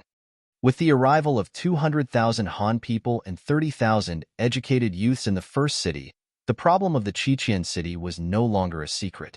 Some legends about it could be heard on the streets and alleys. For example, there was an electric light that could shine at night as if it was daytime. It was something that people who had never been there could not imagine. The news was leaked, and there was nothing they could do about it. After all, there were 200,000 people, and no one could guarantee that they were all people who kept secrets. In addition to the temptation of spies from various parties, the news was quickly spread out. Regarding this matter, Director Feng Liang first caught a few people. After realizing that it was useless, he asked for instructions from Yang Chendong. Then, the Security Bureau began to release all kinds of news. For example, there was an immortal's aura above Qiqian City, which supported the city during the day and night. For example, there was gold and silver placed on the streets of Qiqian City, but no one went to pick them up. There was also news that the mercenaries' barracks in the city were about to set up cannons, but there was no space for them. Some people were simply squeezed into the sea, and so on. In short, there was all kinds of news. It became more and more mysterious, and more unbelievable. In the end, other than learning that the mercenaries' headquarters might be built on Ryukyu Island, there was not a single piece of useful news. Shi Wanshan sighed. Ning Wenfeng also could not think of any good ideas. The two of them stared at each other, sighing that they were born at the wrong time. They even faintly worried about Bai Ming's future. A few streets away from the guest house, the Yang Mansion, as the most mysterious and most respected existence in the beginning city, was also holding a meeting at this moment. They were discussing how to fight against Tuachuo Huohua's 80,000 troops. Bandits, they're all bandits. One of the participants, beginning City Lord Yuqian, said angrily. It was no wonder that he was so angry. This time, Tuachuo Huohua personally led an army here. He even brought the elite of the Tatar cavalry. On the surface, it seemed that he was dissatisfied with the sixth young master's performance of being conferred the title of Heavenly Khan, but in fact, it was just an excuse for him to occupy this place by force. Everything that beginning city had now did not come from the wind. It was built with the efforts of countless people and a huge amount of money. Even now, it seemed that there were many ways to earn income in beginning city, such as business tax, local tax, house rent, greenhouse vegetables, large horse and sheep farms, and so on. In fact, there was still a huge difference compared to the investment. According to the sixth young master's earliest plan, it was already very good to be able to break even within 3 years. This was also because beginning city was the first big city on the grassland and had many innate conditions. Once the number of cities increased, there would be some impact on each other. At that time, if one wanted to build a city to break even or even start to make money, it would probably take 5 years. So much money and effort had been invested. Now that beginning city's situation had begun to improve and prosper, there were immediately people who had ideas about it. It was no wonder that the bookish Yu Mian would be so angry. He had always treated beginning city as his own child. Yes, they've taken a fancy to beginning city's position and various resources. They started the war to plunder it. If they really occupy this place, I'm afraid it won't take long for this place to return to the desolate Alahumaki city of the past. Beginning City Academy's dean, Wang Si, also chimed in. Then, he seemed to have thought of something and chuckled. Dean Wang, what are you laughing at? Yu Mian asked with a puzzled expression. Oh, it's nothing. I heard that there's another reason why Tuachuo Buhua wants to enter beginning city. It's said that the sixth young master is disrespectful to Genghis Khan. They said that he once used a poem to say that Genghis Khan, the prodigy of the generation, only knew how to shoot a big eagle with a bow. They said that this was the sixth young master's metaphor that their ancestor only knew how to shoot birds with a bow. Ahaha, ha ha ha. At this point, Wang Si could no longer control himself. He could not help but hold his stomach and laugh out loud in such a serious meeting. Not only him, but many people in the meeting also laughed at this moment. The original meaning of this was that the sixth young master said that Genghis Khan was brave, but not astute. However, it was interpreted this way. However, it did not seem to be wrong on the surface. Yang Chendong, who was sitting at the head of the table, also chuckled. Then, he gently raised his right arm. Immediately, the meeting became incomparably quiet. All right, there's no need to talk about robbers. I've said long ago that in this world, sometimes it's useless to reason. In the end, it still depends on who has the biggest fist. That's the hard truth. As the saying goes, we'll deal with whatever comes our way. Since Tuachuo Buhua wants to court death, we'll fulfill their wish. Tiger's mane. How's the training of the new army going? Tiger's mane, who was the only one with the rank of Major General, stood up. Young master, the situation is very good. The general trend is irresistible. Nowadays, there are too many young men from the grasslands who want to join the mercenary army. This is where the pressure lies. It's not easy to join the army and occupy a spot. In order not to lose it, all the soldiers are working hard to train. No one dares to be lazy for fear of being squeezed out by others. Good. It's best to be able to train independently. Only if you're truly willing can the trained army be a strong, iron army and invincible army. Yang Chendong nodded in satisfaction after hearing this. Then, he looked at Beta Persei on the other side and asked, "How's the logistics division? How many recruits are training now? How many captives can be sent to the battlefield immediately? How many reserve soldiers are available?" "Young master, the logistics division now has 10,000 recruits training. In half a month, the first stage will basically be over. In another month, most of the training procedures will be completed, and they can be considered to officially enter the army. There are 15,000 captives, all of whom are the kind who can fight on the battlefield at any time. In the reserve, there are 10,000 young men from the grasslands. Usually, they mainly focus on learning Chinese and writing. At the same time, they are also responsible for reclaiming grain fields and doing construction work in the city. This is also a way to train their brain and physical strength. Once they pass the initial assessment, they can transfer to the recruit area for training at any time and wait for the opportunity to add to the army." Well, 35,000 people. That's not a small number. Yang Chenong was also quite satisfied with the logistics division's work. Logically speaking, as long as he was willing, he could form another army now. However, considering the financial pressure, he gave up this idea. The treatment of mercenary soldiers was very high, even a little too high. Once the number of troops was too high, the pressure on the city lord's mansion would increase. This was not in line with Yang Chendong's initial requirements of controlling the army with one hand and controlling the economy with the other. Okay, don't recruit new soldiers for the time being. After this battle, we'll replenish according to the actual situation. Yang Chendong ordered Beta Persei, then looked at the others and said, "Just last night, Yang Si, who was building Mabe City, sent a message saying that the Mongolian tribes in Mabe City are willing to contribute to the resistance of Tuachuo Buhua's provocation. They said that they can send 20,000 troops. They also said that they don't need to be paid, nor do they need to be equipped with horses and sabers. As long as they make military contributions on the battlefield, they will be rewarded according to the standards of mercenaries.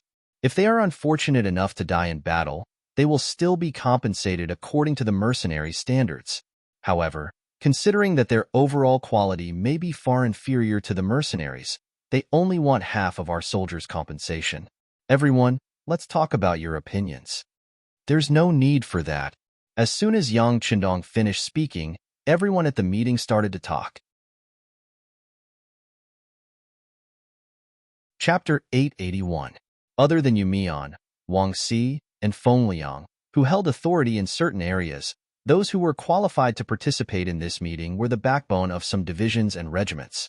Seeing that a big battle was about to be fought and the time to gain merit had arrived, it would be strange if they didn't like someone who suddenly wanted to take a share of the loot. All the officers were talking at once. Yang Chendong smiled but didn't say anything. He only held his tea and slowly drank it. His gaze would occasionally look at the faces of the other officers, observing their every move. Among these people, there was one person who had a very special status.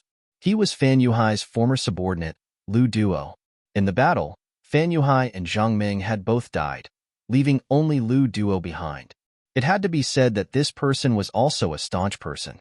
He tried to commit suicide several times, but was always found and saved under the special protection of the mercenaries. After this matter was reported to Yang Chendong, the two of them had a long talk. "Lu Duo, I know you hate me and don't want to serve in the mercenary army, but I think you must be more curious about why Fan Yuhai lost to me. I'll give you a chance now. You cannot be considered a mercenary, but some meetings allow people to participate. You can watch all of this as a third party and find your answer. If one day you find your answer and still want to seek death, then I won't stop you. How about it?" After this conversation, Lu Duo appeared in this meeting with a transcendent status. He had seen everyone's performance just now. When he heard that someone wanted to gain merit, although he didn't say anything, he agreed in his heart. Since the battle was imminent and the military merits were in front of him, why would he let others do it? This was equivalent to snatching meat from his bowl. If he was a regiment commander or even a division commander, he would definitely oppose it. Not only did he think this way, but he also thought that Yang Chundong also had the same thoughts. He even guessed why this person would bring up this matter. He must be using this to tell everyone that there were many troops who wanted to participate in the battle. If they didn't perform well on the battlefield, then they couldn't blame others for snatching their merits. This was just a way to motivate the generals and soldiers. In the past, Fan Yuhai had often used it, so it was not surprising. Lu Duo also did not think that Yang Chundong would be more skilled in this aspect, much better than his former master. In the meeting, the generals were still talking at the same time. However, all of them expressed that it was enough to have them on the battlefield. As for the 20,000 Mongol soldiers, they should just forget about it. The benefits should not be given to outsiders, right? After a while, those who should have expressed their opinions had all expressed their opinions. Even the Tatar division commander, Su He, who rarely spoke, firmly said that they could fight this battle well. If they didn't have enough troops, they could use the logistics division's troops. There was no need for others to interfere. Soon, apart from Commander Tiger's main and Deputy Commander Shibi, the rest of the officers made their statements. Everyone is almost done talking. Why aren't Commander Hu and Deputy Commander Shi speaking? What do you think? Yang Chundong was very satisfied with the abilities of these two people. As they continued to grow, they had become more and more like high-ranking generals. They were not anxious when faced with problems, and they were calm and mature. The two people who were called looked at each other first. Then, Tiger's mane, as the representative, smiled and said, "Young master, since you said so, you must have thought about the overall situation. We will listen to you." Good. Yang Chundong nodded heavily. Then, he looked at the audience and said, "I mean that we can agree to their request and allow them to send 20,000 people to participate in the battle." Sixth young master. Hearing Yang Chundong's decision, the officers all said with ugly expressions. Even Lu Duo, who was not wearing a military uniform and did not have any military rank, widened his eyes at this moment. He suddenly realized that he still didn't understand this loyal duke of the great Ming dynasty. Yang Chundong gestured for everyone to not be anxious. Then, he said, "I understand what you mean and what you think. However, there is only one thing I want to say. That is, people will die in war. Although both sides are flesh and blood, the mercenaries are like my children. Of course, I will side with you. If we win this battle with too many casualties, that is not what I want. Since they have joined the mercenary group, that in itself is a kind of trust in us." Trust is easy to say, but it can only be barely achieved after countless efforts. Since they trust us, we should be responsible for their lives. If we can avoid death, we should avoid death. If we can avoid death, we should avoid death. Therefore, the addition of these 20,000 people will greatly reduce the pressure on us. In some bloody battles, we can even let them fight. This can reduce our casualties to a minimum, and it can also tell others that it is not so easy to take advantage of us. What do you all think? Allowing others to participate in the battle did mean that they had to share a part of the military merits. However, it was undeniable that they would also share a part of the danger. If the plan was meticulous, they might even share a large part of the danger. This was Yang Chundong's consideration for everyone. When these words were said in public, the people who had objected just now could not help but shut their mouths. This was for their own good. They could not refuse. When everyone looked at Yang Chundong, their eyes were filled with gratitude. Lu Duo finally understood Yang Chundong's meaning. He sighed in his heart. This person was indeed ruthless. Compared to him, Fan Yuhai was not as good. However, from another point of view, was his consideration wrong? This time, the people of the Mongol tribe in the desert wanted to take advantage of them. If they refused, it was inevitable that people would say that they were not impartial. However, they originally wanted to force Yang Chundong to give in. In the end, they were used. Who could be blamed for this? Of course, what made Lu Duo sigh was that Yang Chundong valued the lives of the soldiers. How could this kind of leader who sincerely thought for the soldiers not be respected? What if he could not be supported by others? When he looked at young Chendong, Lu Duo seemed to see a faint halo above his head. That was something that only people who achieved great things would have. In comparison, whether it was the angle of looking at the problem or the situation, Fan Yuhai lost by more than a level. Now, it seemed that they would lose and Yang Chendong would win. Everything seemed to be within reason. The meeting was still going on. In the end, 3 sets of plans were drawn up. Because they still didn't know how the Tatar cavalry was going to fight this battle, the plans could be changed at any time. However, it was undeniable that all the participants were convinced after listening to Yang Chendong's 3 sets of plans. The various calculations were in place and were made according to the character of the enemy's generals. It already included all kinds of possibilities. Military preparations had to be done. The matter of Yang Chendong marrying Princess Tuaya and conferring the title of Khan still had to be carried out. This matter was mainly handed over to Yu Mian, Wang Si, and the others to handle. According to the requirements, this ceremony had to be grand and had to have the effect of encouraging and unifying the people. The 1st of July quickly arrived under everyone's expectations. In the morning of this day, the entire first city was infected by the enthusiastic atmosphere. All the people in the city, regardless of age, walked to the streets and came to the largest central square in the city. There was also such a square in Qiqian City. It could accommodate more than 300,000 people and the army. It had already become a kind of landmark building in Yangxie City. Princess Tuaya was already dressed up. She was wearing gold and silver accessories. It was estimated that the weight of these accessories was no less than 10 kilograms. It was so heavy that she felt like she could not lift her head. With the help of her maid Guna, after Fan Yuqi was defeated, Guna, who was imprisoned, was freed. She came to an extremely luxurious carriage. Then, she rushed to the central square with Yang Chendong, who was wearing a marshal's uniform.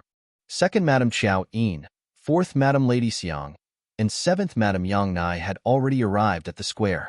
According to the 2 madams, they did not want to show their faces in public at this time. The main reason was that they did not want to steal the limelight from the 7th madam. However, Yang Chendong insisted that they come. He also used this matter to tell others that he would not forget his old love after marrying a new one.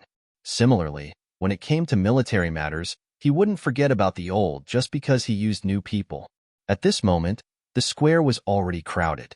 When Yang Chendong's carriage appeared, the square was even more jubilant.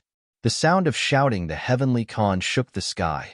It could be heard clearly in every corner of the first city. The carriage stopped. Yang Chendong appeared in the crowd's line of sight, holding the hand of Tuaya, who was dressed in splendid clothes. He waved to everyone from time to time. For a moment, the waves of cheers were louder than the previous. At this moment, everyone was immersed in the warm atmosphere. Among the crowd, the spies of the Security Bureau were dispatched collectively. They appeared in the crowd and watched every place in the square at all times to ensure that they could counterattack immediately if there was any movement. Amidst the cheers of more than 200,000 people, Yang Chendong walked up to the viewing platform of the square. As he made a gesture, a loud bugle sounded, followed by a grand military parade. Groups of mercenaries in military green uniforms walked out from the side of the square and strode forward on the road in front of the square. During the war, one of the best ways to announce oneself was to parade. It could not only have the effect of inspiring and grand, but it could also have the effect of deterring the enemy. Sure enough, when the military parade began, the square was much quieter. Everyone's eyes were attracted by the mercenaries walking through the square. Even Wan Shishan, Ning Wenfeng, and the others were staring at the scene in front of them, as if they were going to miss every single moment. The first to appear was the Black Cavalry Guards. The uniform black armor, black mask, and the uniform warhorse armor gave everyone a strong sense of oppression when they appeared. Although there were only 100 people in total, the aura they revealed was not weaker than any army with thousands of men and horses. Chapter 882. The second person to walk over was the new army headquarters. Tiger's Mane, who was dressed in a general's uniform, led the way. The deputy commander and other military personnel followed behind him. Their appearance caused a burst of cheers in the square. After the military, the first group to appear was the Tatar division. After the expansion, they had 20 battalions. They appeared in formal attire and attracted a lot of shouts from the central square. The next group to appear was the recruit division. They received the most cheers because many of their relatives were the people of the origin city. With the help of their relatives, their momentum was naturally great. After the recruit division was the independent division. The division commander Xin Honghai and the deputy division commander Na Risong walked in front of the group. As the division commander, Xin Honghai had no chance to fight with Tua Buhua. Even if he came to attend the wedding ceremony this time, he still had to go back soon. In contrast, Na Risong was much more fortunate. He was lucky enough to stay and be the representative general of the Mongolian tribe in the north of the desert. He would fight the Tatar army together with the mercenaries. Their appearance attracted Yang Chendong and Tuaya, who were on the viewing platform, to wave at them. The fourth division to appear was the logistics group. They had too many people, and it was impossible for all of them to appear.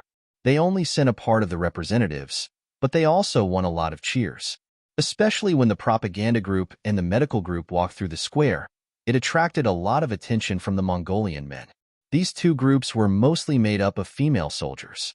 Under the contrast of the military uniforms, it was the first time that the berets appeared in front of everyone. It was impossible for such a group to not attract attention. Especially the medical group, they were responsible for battlefield rescue. They were far from the propaganda group. Although the members were very beautiful, they could only be seen from afar. It was very difficult to get close to them. The medical group was different.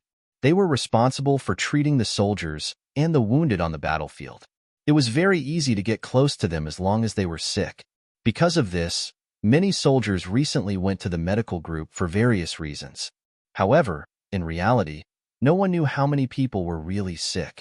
After the logistics group, the direct subordinate regiment, reconnaissance battalion, light cavalry regiment, heavy cavalry regiment, and other regimental units appeared. However, the most eye-catching unit was still the heavy cavalry unit. Although there were only 2,000 of them, their auras were extraordinary. When they walked on the square, they caused the ground to tremble. Their shining blades caused many Mongolian girls to scream, and the Mongolian men to feel their blood boil. In their eyes, these were the strongest existences. If they could join such a group, they would be proud for the rest of their lives.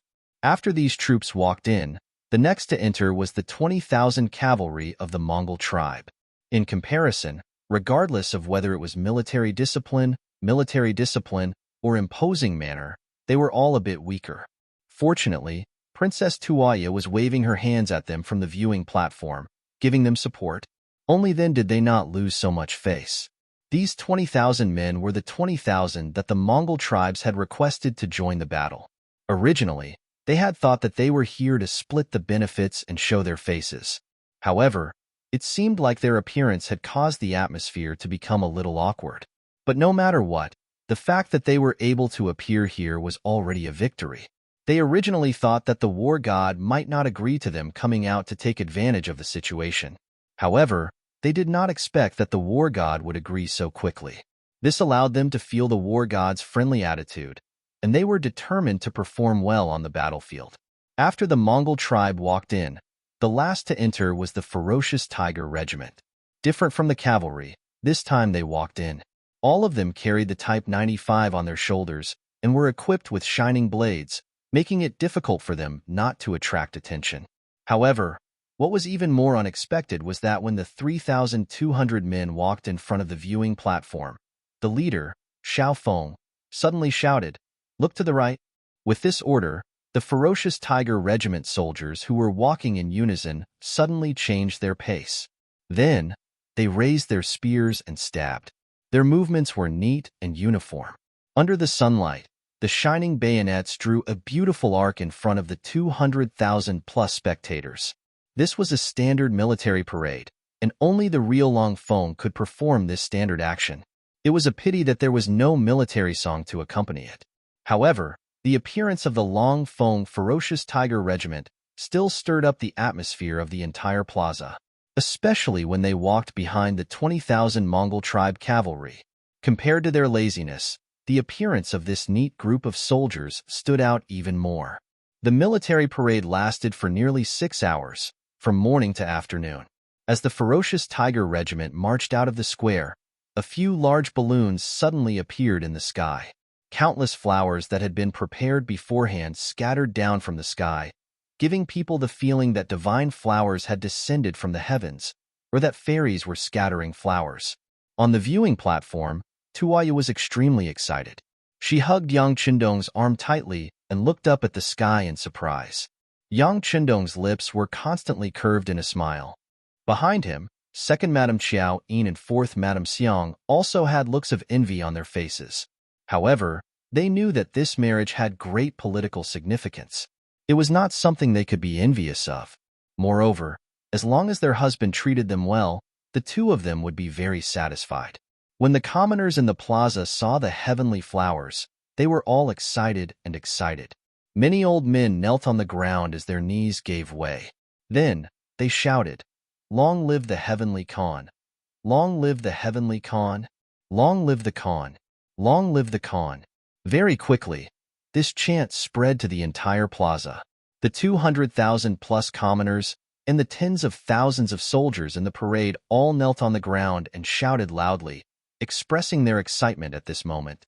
Shi Wanshan and Ning Wenfeng watched this scene from the side of the viewing platform, their eyes flashing with deep worry. However, when they saw everyone kneeling on the ground, even the leaders of the Mongol tribes had no choice but to kneel on the ground and chant the slogan. The two of them standing there were extremely eye-catching. Squat down. At the critical moment, Shi Wanshan reacted quickly. He was Ming's minister, so naturally, he could not easily kneel to others. However, at this time, squatting was still possible. In this way, although they were somewhat unwilling, the two of them still squatted in the crowd. Although their knees did not touch the ground, on the surface, there was no difference between them and the crowd. And this scene was captured by two students from the First City Academy who were good at photography. They had received the digital camera the day before yesterday. The two of them were amazed by this good thing that could completely freeze the image taken with a press of a button.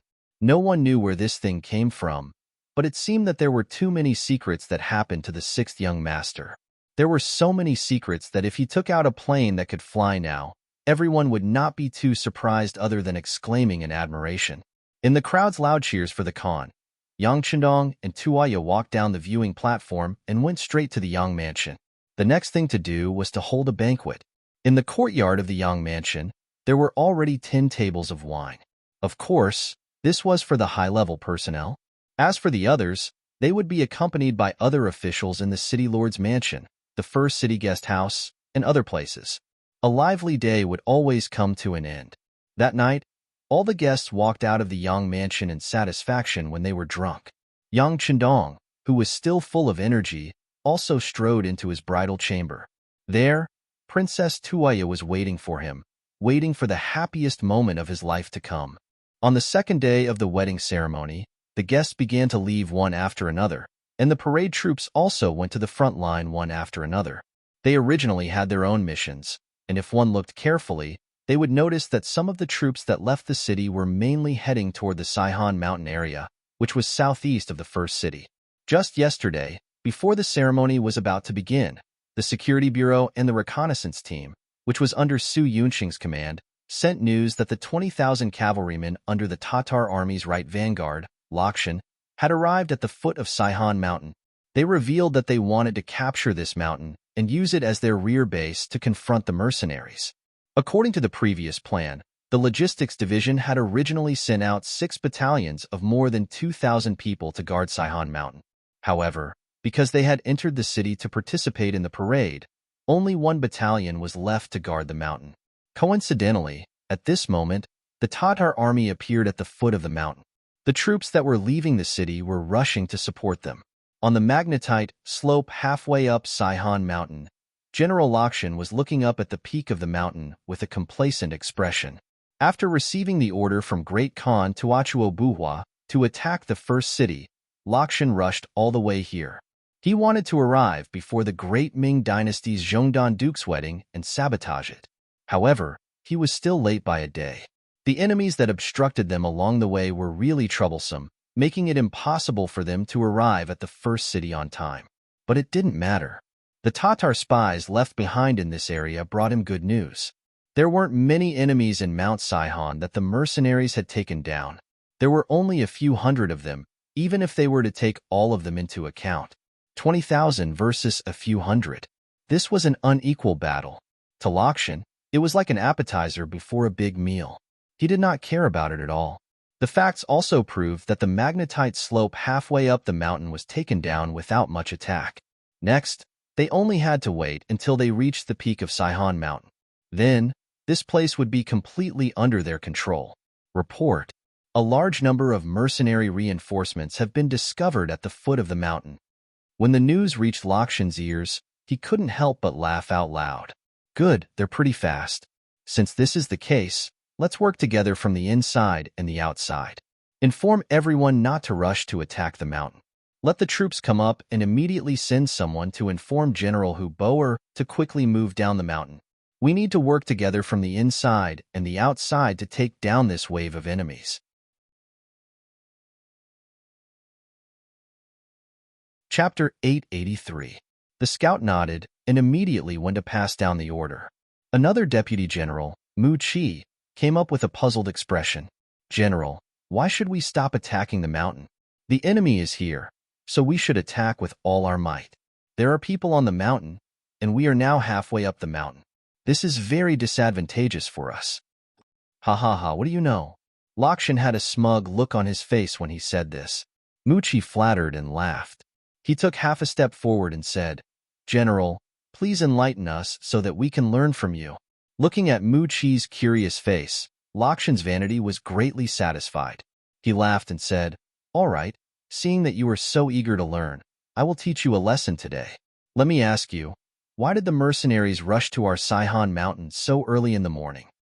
Well, it's probably because they know that there are mercenaries surrounded here, so they want to take this place back. Mu Chi answered with a straight-to-the-point, That's right. Then if we had already taken over the entire mountain, do you think they would still want to take it back? Lakshan chuckled and patted Mu Chi's shoulder. Let me tell you, war is a skill. Sometimes, bravery alone is not enough. There are still many things to learn. Lakshan had already left, but Mu Chi was still deep in thought. Suddenly, he had a flash of inspiration and shouted, I know. The general intentionally left the mountain unattacked in order to lure the enemy's reinforcements. Only if there are mercenaries here would they have no choice but to come despite knowing the danger. That's right. The enemy on the mountain is the bait we use to catch the big fish. If we eat them now, the mercenaries won't fall for it. Ha ha ha. Now, we just have to wait for them to reach the foot of the mountain and wait for General Huboer to surround them.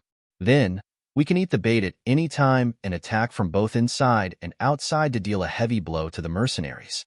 Lakshan, who was already a few meters away, laughed heartily and walked further and further away.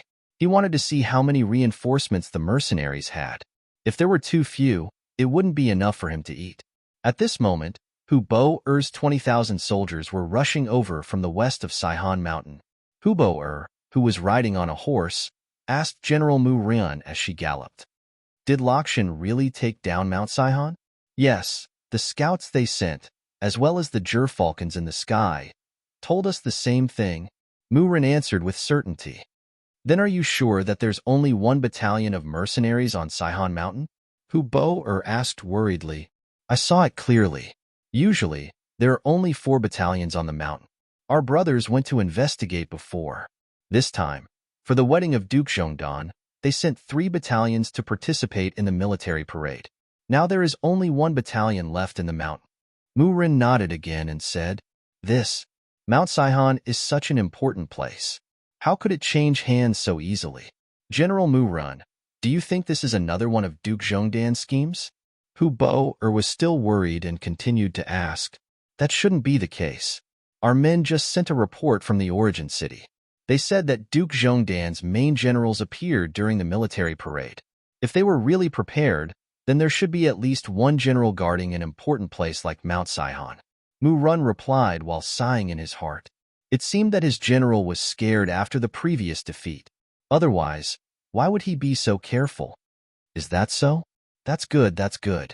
After asking a few questions and not finding any problems, Hu Boer finally relaxed. She then said to a guard beside her, "Go and inform General Hu Lin of the vanguard. Tell him to speed up.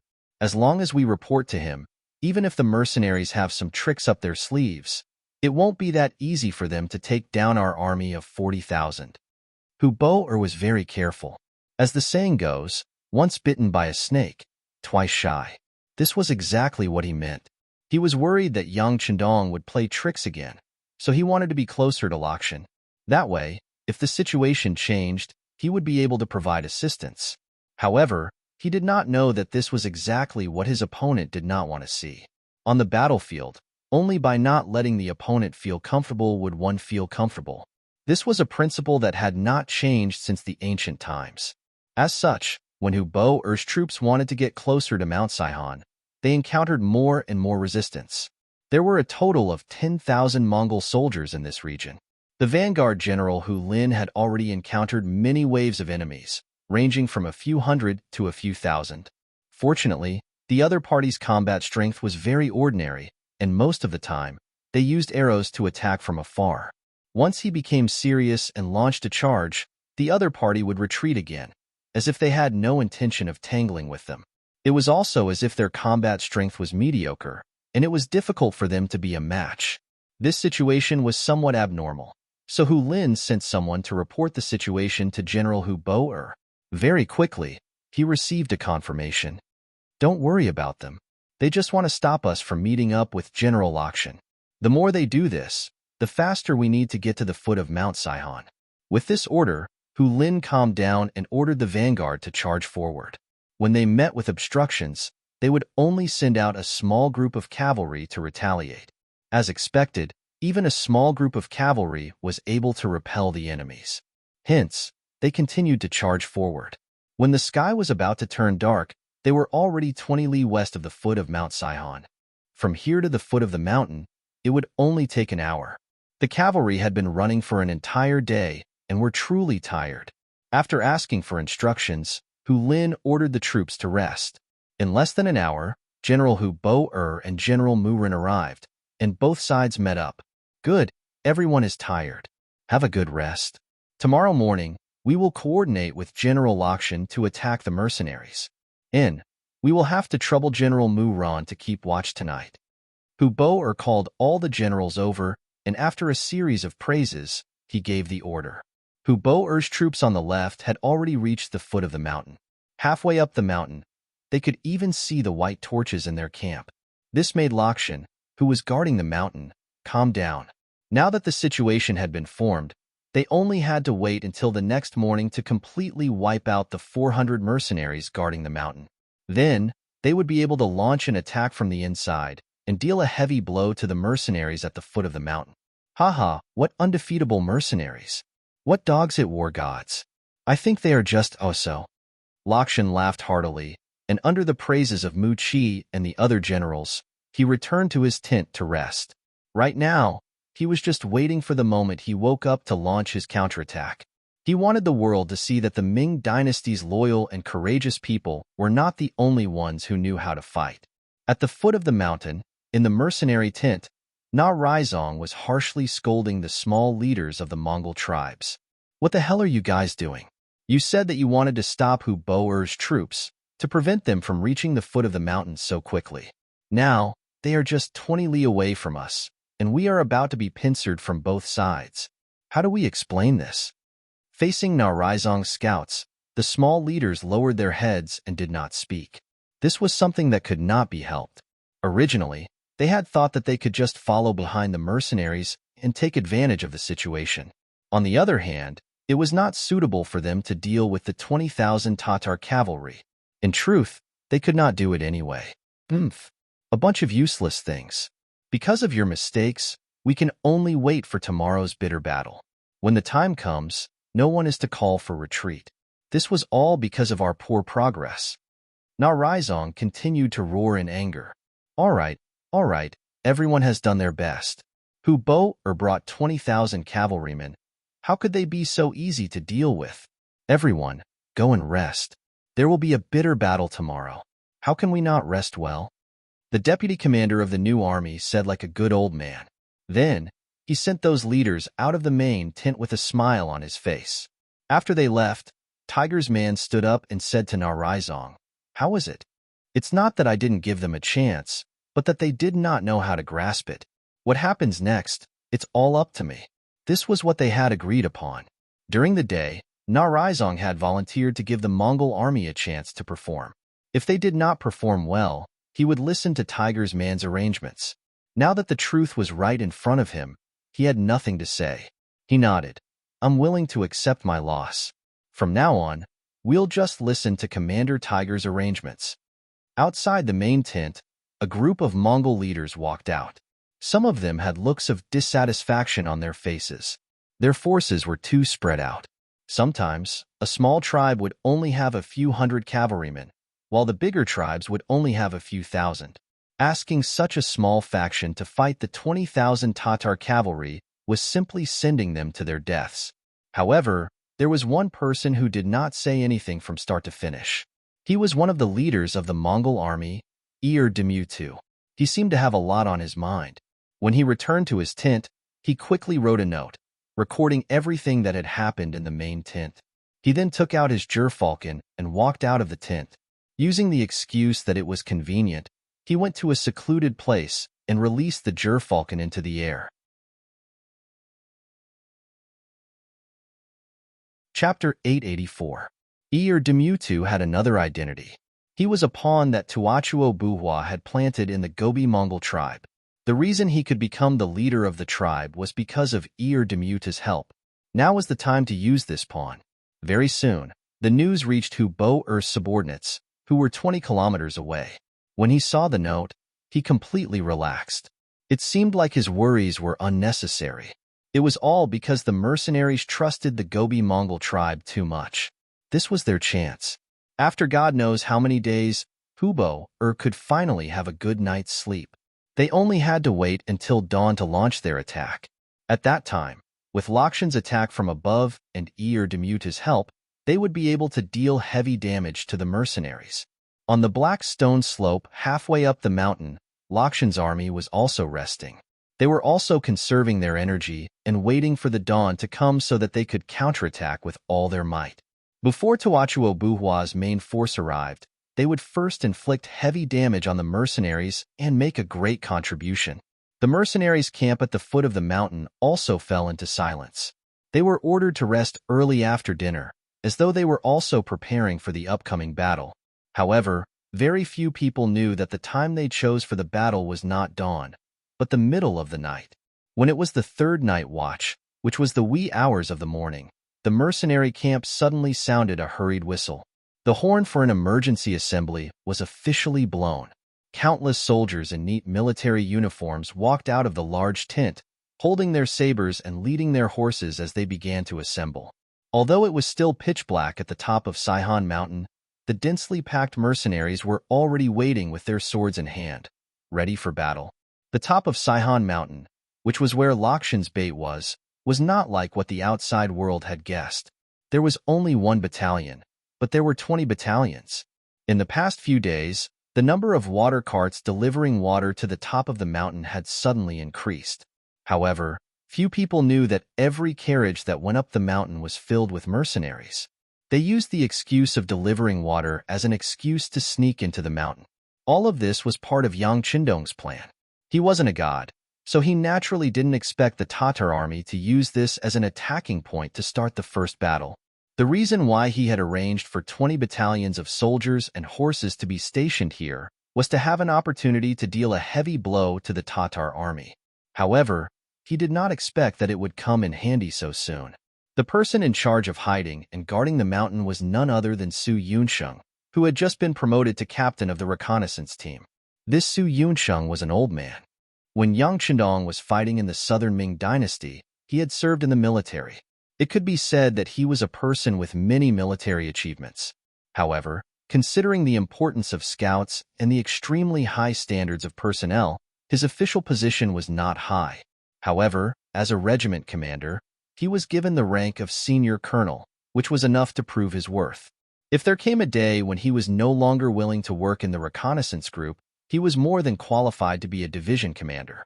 The mercenaries had their own security bureau, but it was hard to guarantee that the other forces would have their own intelligence organizations. Knowing that it was very likely that the senior officers under his command had already been targeted, Yang Chendong did not use them this time. Instead, he sent Su Yunsheng, who had always been elusive, to the mountain to be in charge of this undercover mission. Tianhu and Bai Shuang were also on the mission with Su Yunsheng. They were all outstanding students in the First City Academy, especially in the field of military studies. This time, the two of them were assigned to cooperate with Captain Su in the battle, which was also a chance for them to participate in actual combat. 3 smart people, 3 capable people gathered together, so their strength could be imagined. When they received the report from the foot of the mountain that someone had set their sights on Mount Saihan, the 3 of them discussed and decided to beat them at their own game. They took the initiative to give up the magnetite slope halfway up the mountain. While showing weakness to the enemy, they were also looking for the best opportunity. Originally, the 3 of them were a little distressed. If Lakshan's troops attacked the top of the mountain, what would they do? They didn't expect the other party to cooperate with them, so much that they would surround them but not attack. This made the 3 of them overjoyed, and at the same time, they arranged for the 20 battalions to rest early. At around 11 o'clock at night, they woke everyone up and prepared for the night attack. Night battle was one of the subjects that the mercenaries often trained in. When their nutrition could completely keep up, the so-called night blindness had nothing to do with them. With such a foundation, they already had the conditions to fight at night. And tonight was the time for them to launch a large-scale counterattack. Didn't Lakshan want to launch a 2-pronged attack? Well, then let's give him a taste of his own medicine. Let's launch a 2-pronged attack and completely annihilate him. The timing was a few hours earlier than the other party's attack, and they were already prepared. This allowed the mercenaries to gain the upper hand and have more chances of winning. In the early hours of the morning, the mercenary camp at the foot of the mountain became lively. With a flash bomb that lit up the sky for half a day, the general attack began. Troops began to attack Mount Saihan one after another. The sudden attack caught the enemy, who was resting on the magnetite slope halfway up the mountain, off guard. Lakshan came out of the large tent. As he put on his armor, he asked Mu Chi, who had rushed over, "What's going on?" "I'm not sure yet, but it seems like the mercenaries launched the attack in advance." Mu Chi replied with a puzzled expression. "Attacking at night or charging up the mountain? Humph. I really don't know who gave the mercenaries the courage to face the enemy like this." "Oh right, there's still a battalion of enemies on the mountain. There's no need to keep them here. Quickly send people to take them down." Lakshan's face revealed a cold expression. Although the mercenary strategy of attacking in the middle of the night was somewhat unexpected, he had the higher ground and did not slack off in his defense at night. It would not be easy for anyone to attack up the mountain. He only needed to wait until dawn, when his vision was no longer obstructed, and then he could lead the main force to launch a counterattack. However, would the mercenaries give them a chance to launch a counterattack? Just as Lakshan was still giving orders to Mu Chi, deafening battle cries suddenly sounded from the top of Mount Saihan behind them.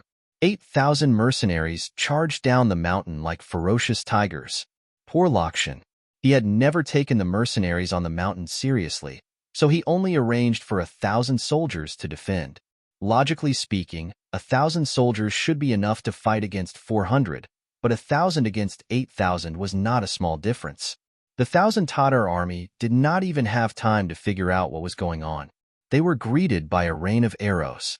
Hundreds of people were injured and killed by the arrows. Then, their defensive line was instantly overwhelmed by the mercenaries who rushed down the mountain. Su Yunsheng, who was mixed in with the army, laughed loudly and waved the saber in his hand as he shouted, "Comrades, it's time to perform meritorious deeds. Charge! Charge!" Tianhu and Bai Shuang also shouted crazily, their eyes flashing with excitement. The sudden appearance of the 8,000 mercenaries made the Tatar army dizzy. They had no idea where so many enemies had come from. Lakshan continuously mobilized his army to stop the Tatar army while lighting 3 bonfires that he had prepared beforehand. This was a signal for reinforcements. If the situation became dangerous, He would be able to use this to call for help from Hubo or subordinates. The sudden movement of the mercenaries naturally did not escape the eyes of Hubo or scouts. After the news was reported, Hubo or got out of bed and saw the 3 bonfires lit. This made him very confused. What's going on? The battle has just begun. Why is General Lakshan asking for help? Are the mercenaries really so brave that they have already reached the middle of the mountain? Impossible. Muren shook his head. The magnetite slope is a gentle slope that is about 2 li long. Although it is not very steep, it is long. The mercenaries could not have reached the middle of the slope so quickly. That's right. The terrain there is easy to defend and hard to attack. It is impossible for them to fall so quickly. General Hulin agreed. Forget it. Forget it. Let's not worry about that for now. Since Lakshan has requested for help, he must have met with some unsolvable problem. How about this? We will immediately support him. General Hulin, quickly gather 5,000 cavalrymen and launch a fierce attack on the mercenary camp. General Muron, follow up with 5,000 cavalrymen. No matter what, you must attract the attention of the mercenaries and reduce the pressure on General Lakshan. The sudden attack of the mercenaries caused the entire battlefield to move. Countless mercenaries moved out in an orderly manner, as though they had already decided on their target. On the other hand, the leaders of the Mongol tribes gathered in Narasong's tent with sleepy eyes. Even now, they did not know what was going on. All right, since everyone is here, I will now assign the tasks. But before that, there's something we need to do first. Where's General Demutu? Na Raizong suddenly shouted as he looked at everyone with an excited expression. Yes. Instinctively, Demutu responded. As soon as he agreed, 2 burly Mongolian men immediately rushed towards him. Seeing that the situation was not good, he wanted to pull out his sword to resist. However, how could he be a match for them when they were unprepared? He was immediately pressed down. After being pressed down firmly, Demutu struggled to no avail. He immediately shouted, Narasong, what are you trying to do? Are you trying to use this opportunity to eliminate the dissidents? And all of you, are you just going to watch? Let me tell you, if he takes care of me today, he will take care of all of you tomorrow. Shut up, you traitor. Seeing that there was indeed a commotion in the crowd, Narasong immediately shouted. Originally, some of the leaders wanted to ask Narasong what he was trying to do. If he really wanted to eliminate them, then they would have to fight back. However, once they heard the word traitor, they immediately shut their mouths. Chapter 885. Demutu, you are the traitor that Tuachuo Buhua planted in our tribe. Here are the letters you left behind when you contacted them. What else do you have to say? Na Raizong threw the letters onto the table. You searched my tent. Na Raizong, what right do you have to do that? Leaders and generals, he can search my tent for no reason today. Tomorrow, he might do the same to you. Everyone, you have to fight back. Demutu saw that the situation was not good, so he tried to persuade everyone. That's enough. Keep your mouth shut. Demutu, everyone else went back to their own tents after the meeting. You were the only one who let out a gerfalcon. What is the meaning of this? Who are you sending a message to? Do you think you did it without anyone knowing? Let me tell you, your every move has been discovered. What else do you have to say for searching your tent? Na Raizong would not allow Demutu to argue. He pointed out all kinds of mistakes. For a moment, the leaders and generals in the tent did not dare to make a move. Demutu only left those letters as evidence when he returned to Tuachuo Buhua's side in the future. He did not expect that the letters would become evidence of his crimes. At this moment, he knew that he could not change the situation. He could only shout, that's right. I am Tuachuo Buhua's man.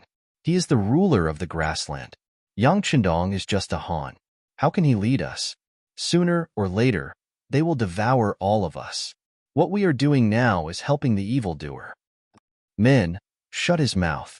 Take him away and behead him in public. Also, behead his family in the tribe. This is the fate of a traitor. Na Raizong's eyes were cold.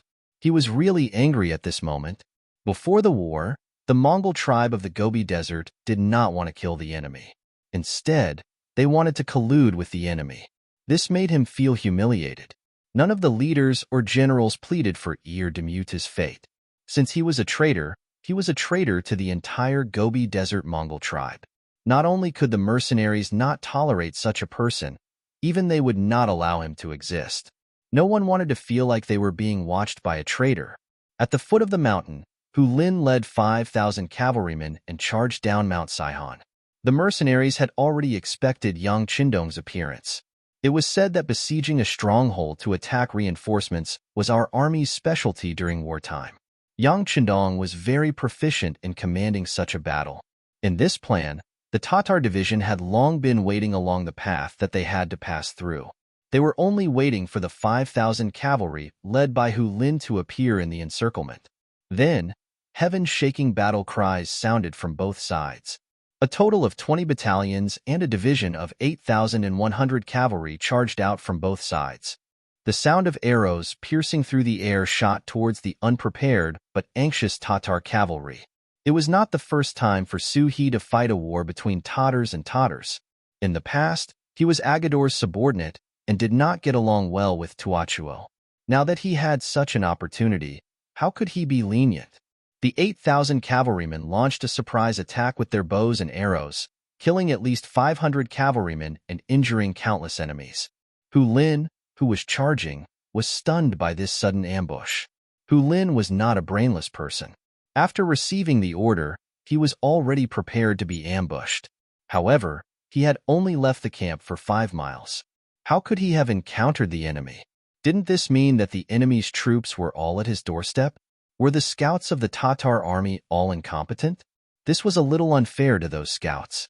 Su He and the others had only just moved here. Before the scouts of the other side could report back, everything had already begun. Unprepared, Hu Lin's army retreated again and again until they met Mu Run and the 5,000 cavalrymen behind them. Only then did they stabilize their footing. At that moment, the two armies converged and charged towards the Tatar division. Retreat. Su He did not want to fight head-on with the other side. Seeing that he had already gained a lot of advantages and had killed more than 2,000 enemies with his bows and arrows, he let the horn officer blow the horn. A division of cavalrymen quickly retreated. Chase. Hu Lin, who had been beaten until he was dizzy, was furious.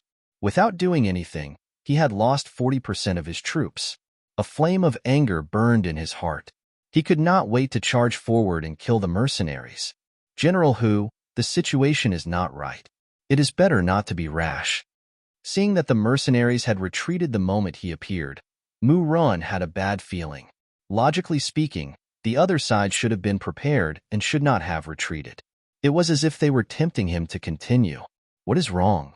It is obvious that the other side is cowardly and does not dare to face our cavalrymen head-on. They only know how to shoot arrows. If General Mu is afraid, then wait here for General Hu's arrival. I will bring my men and chase after them. The furious Hu Lin had lost his mind at this time. All he thought about was taking revenge for his brothers. How could he listen to anyone else's words? Hu Lin did not listen to his advice and continued to chase. Mu Run could only shake his head and smile bitterly. While ordering the army to follow, he also sent someone to report the situation to General Hu Bo and ask him to immediately send out the necessary reinforcements. Moreover, Hu Lin took the lead, leading the remaining 3,000 cavalrymen in a fierce chase. In just an hour, they arrived at the foot of Mount Saihan. At this moment, the Tatar division that had been retreating earlier had stopped in their tracks and gotten into formation. It looked as though they would charge forward and devour them if they dared to come over. One side had a division of 20 battalions and 8,100 people. The other side only had 3,000 people. Hu Lin was furious, but at this moment, he could only suppress his anger and wait for the main force behind him to arrive. The first to arrive was Mu Run. About a quarter of an hour after he arrived, General Hu Bo also arrived. Following him were 8,000 cavalrymen. In other words, only 2,000 cavalrymen were left behind to guard the headquarters. What's the situation? The moment Hu Bo arrived, his gaze first fell on General Su He and the enemy cavalrymen. He then raised his head to look at the dense sounds of fighting halfway up Saihan Mountain. The torches there were connected to one another. Looking from afar, one could still feel the intensity of the battle. General, there are close to 10,000 mercenaries blocking our way. Hu Lin requests to charge. After seeing Hu Lin was filled with courage. General, the situation on the mountain doesn't seem right. Logically speaking, after fighting for so long, General Lakshan should have chased the mercenaries down the mountain. Why is it still in a stalemate? Mu Run raised his head to look at the mountain with a puzzled expression. Even if the mercenaries suddenly attacked, with the terrain, Lakshan should have chased them down the mountain very quickly. How could the battle still not end after 2 hours? Although they were too far away and couldn't see the situation clearly, they could tell from the battle cries that this wasn't a situation where one side had a complete advantage. Instead, the battle was in a stalemate. This was a very strange thing. That's right, the situation is unclear. Let's wait and see. Since they could not figure out the situation, Hu Boer decided to be careful and observe the situation. If Lakshan was doomed, then he would retreat immediately and not continue to fight the mercenaries. What's there to wait for? Didn't the report say that the Mongolian tribes in the northeast sent out 20,000 cavalrymen to help the mercenaries? They must be the ones attacking the mountain, causing the stalemate. These mercenaries sure have a good plan. Using other people's soldiers to attack us, they are using a borrowed knife to kill us. Hu Lin saw that no one was paying attention to him and was extremely dissatisfied. Seeing that Hu Boer was still suspicious, he immediately voiced out his thoughts. Oh, that makes sense. Hearing Hu Lin's words, Hu Boer nodded in agreement. This was enough to show that if he was the commander of the mercenaries, he would also think of a way to use the 20,000 cavalrymen. After all, they were not his trusted subordinates. If they died, it would not be a pity. On the contrary, he would be able to use this opportunity to get rid of his enemies. It was killing 2 birds with 1 stone. But will they be so obedient? Murin raised his own objection. That was 20,000 cavalrymen. Their military strength was no less than the new mercenary army. They would be so obedient. If someone told them to charge, they would charge even if they knew it would be difficult. They would even charge even if they would suffer heavy losses. That makes sense. Hu Boer nodded. Originally, he wasn't such an indecisive person. But after losing to the mercenaries in Tulu City, he was really scared. Now, he was very careful and cautious in everything he did. The commander was hesitant, but this made Hu Lin anxious. Without receiving any orders, he could only suppress his urge to charge out and watch helplessly. Hu Boer's subordinate, Mu Run, looked at the mountainside. He believed that even if the 20,000 Mongol soldiers charged out, they would not be able to last for long. After all, they were limited by the terrain and their numbers were similar. With the terrain, Lakshan's victory was only a matter of time. Time passed minute by minute. Another hour had passed. Finally, the battle cries from halfway up the mountain became softer. Many of the torches on the mountain that seemed to cover the sky had also been extinguished. Seeing this, Mu Run finally heaved a sigh of relief. He looked at Hu Boer and said, "General, I believe that General Lakshan has already stabilized the situation. The enemy's morale must have dropped. This is the time for us to pincer attack." "That's right. Come, pass down my orders. Prepare to charge." Hu Boer was also relieved. He laughed and was about to give the order to charge. At this moment, a soldier beside him suddenly shouted, "Fire! Fire! It's right behind us. It seems to be the direction of our camp."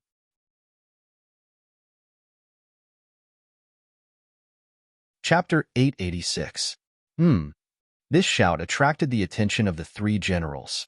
At this moment, the fire seemed to have lit up half the sky.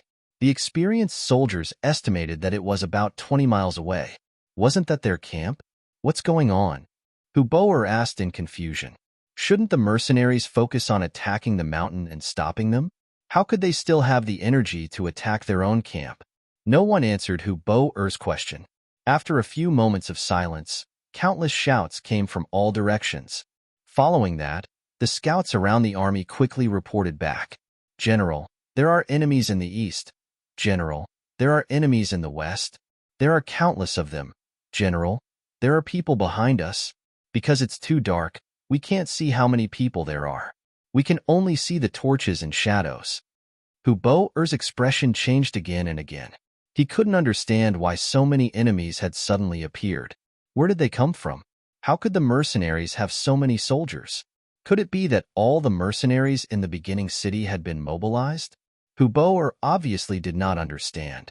These were the 20,000 cavalrymen from the Gobi Mongol tribe, as well as the new heavy cavalry, light cavalry, and the scouts.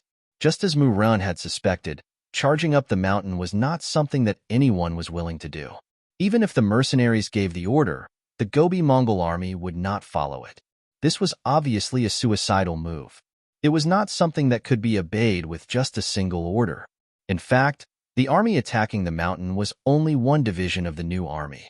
Of course, there were also the 8,000 mercenaries who had charged down from the top of Saihan Mountain. Su Yunsheng suddenly brought 8,000 soldiers down from the sky and caught Lakshan off guard. Although he did not understand why there were 20 enemy battalions on the mountain, the battle had already begun and he had no way out. First, he sent Mu Qi to lead 5,000 soldiers to stop the mercenaries' charge. With the advantage and preparation, how could 5,000 soldiers stop them? In less than an hour, the army was defeated and Mu Qi died in the battle. At this moment, the new division of the new army began their attack from the foot of the mountain. For a moment, Lakshan was attacked from both sides, and the situation was critical. Taking advantage of the chaos in the Tatar army, Su Yunsheng rushed down the mountain, broke through several enemy lines of defense, killed his way to the pass of the Black Stone Slope, and seized it. No one stopped them anymore. The recruits at the foot of the mountain successfully ascended the mountain. After the two armies met, they had a huge advantage in terms of numbers. They charged straight for Lakshan's army. Amidst the chaos and the death of their general, the morale of the Tatar army plummeted. They were no match for Su Yunsheng and Lu Zhua. Amidst the chaos, many Tatar cavalrymen dismounted and surrendered. Only Lakshan and his 5,000 cavalrymen continued to resist. The chaotic scene that Hubo'er and Murun saw at the foot of the mountain was exactly this moment, and it was completely different from what they had guessed. It wasn't Lakshan who was killing the mercenaries, but the mercenaries who were fighting back. They only had 5,000 cavalrymen, and they were all panicking and low in morale. How could they be a match for the mercenaries who were full of fighting spirit? After a few attacks, the formation of the army was in chaos, and their morale was low. In less than an hour, Lakshan had died, and his cavalrymen had either died or surrendered. The battle at the waist of the mountain had ended, and the next step was to deal with Hubo'er's troops at the foot of the mountain. According to Yang Chendong's words, it was like eating one and watching one. Now that they had finished eating, it was time to eat the one they had been watching. Hubo'er had made the wrong judgment, thinking that they had the advantage in the chaos at the waist of the mountain. Due to the wrong analysis of the situation and the mistake of not choosing to escape, they had completed the encirclement in the 2 hours they had been at the foot of the mountain. 20,000 cavalrymen were currently charging towards Hubo'er's 16,000 cavalrymen from all directions. The first to act were the mercenaries, and Tiger's Man personally led his troops to attack. An independent division was not part of the First Army, and Tiger's Man could not stop them. However, the only thing he could do was to transfer the 6 gun battalions from the independent division to the army. Now, the first one to charge at them was this gun squad. More than 2,000 pitch-black muzzles from the 6 battalions rang out, landing in the midst of the Tatar cavalry, drawing out streams of blood and taking away the lives of several hundred cavalry. Break out, all of you break out. Seeing that the enemy in front of them had guns and was so ferocious, Hubo'er had no choice but to give up on the idea of joining forces with Lakshan. Instead, she rode her horse out. She had no idea how many enemies there were outside, and in the darkness, she could not determine the enemy's strength. The only thing she could do was try her luck and charge in all directions. Chase. The Tatar division commander Suhi saw that the enemy was about to escape, and he immediately led his 8,000 troops to give chase. At that moment, the bugle call for all troops to charge sounded out, and at the foot of Saihan Mountain, battle cries rang out everywhere. This was not a fair battle, be it in terms of numbers or morale. Before the battle even started, the Tatar cavalrymen were already in a passive position. Compared to the Tatar army that was like a headless fly, there were enemies everywhere, and they did not know when an arrow would land on them. As there were simply too many enemies, in order not to become a target, they even extinguished their torches. This caused many of them to run straight to the mercenaries and be killed or captured. The chaos on the battlefield lasted from night till dawn, and the mercenaries and the Mongol tribesmen killed and captured until dawn. Close to 20,000 Tatar troops were wiped out in one night, and in the end, only Hu Bo-er, Mu Ren, and a few hundred others managed to escape. Even Hu Lin was killed by arrows. The North Ming Xian Mansion's commander-in-chief, who was also the commander-in-chief, Shi Wanlin, and the deputy commander-in-chief, who was also the commander-in-chief, Ning Wenfeng, used the excuse of returning to Lu City from Shi City as an excuse to pass by the battlefield and witness the end of the battle. They saw that the Tatar army lost 40,000 cavalrymen in just one night.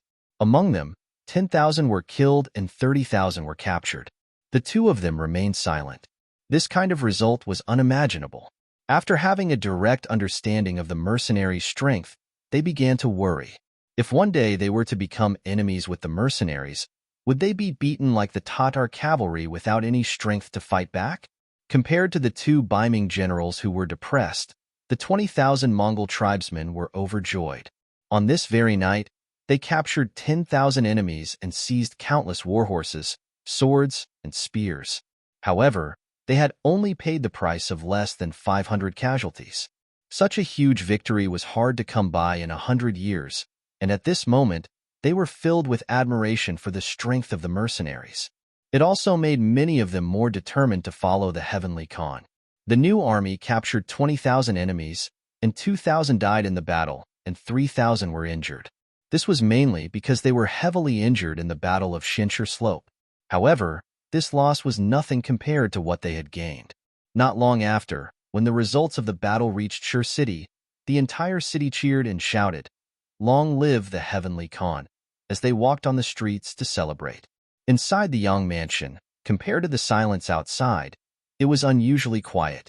Considering that the sixth young master had too many important matters to consider, the commoners within 2 miles of the Yang mansion were all cleared to create a quiet environment for him. Of course, because of this, his safety was much more guaranteed. Yang Chendong sat in the courtyard, and in front of him was the latest battle report. His right hand gently placed the report on the stone table, and Yang Chendong stood up and tidied his clothes. He knew that it was time for the final battle with the Tatar cavalry. Since the establishment of Shi City, it was first Agar Dorji from the Tatar tribe who brought 50,000 soldiers to find trouble with him, and then Hu Bo-er who brought 50,000 soldiers to find trouble with him. Now that they had all been defeated, Tua Buhua had finally appeared. He had brought 80,000 soldiers, and in the first battle, he had killed 40,000 enemies. It must be very painful for him. I'm a good person, and I like to do good deeds. Let me end your pain. Yang Chendong smiled and walked out of the Yang family manor.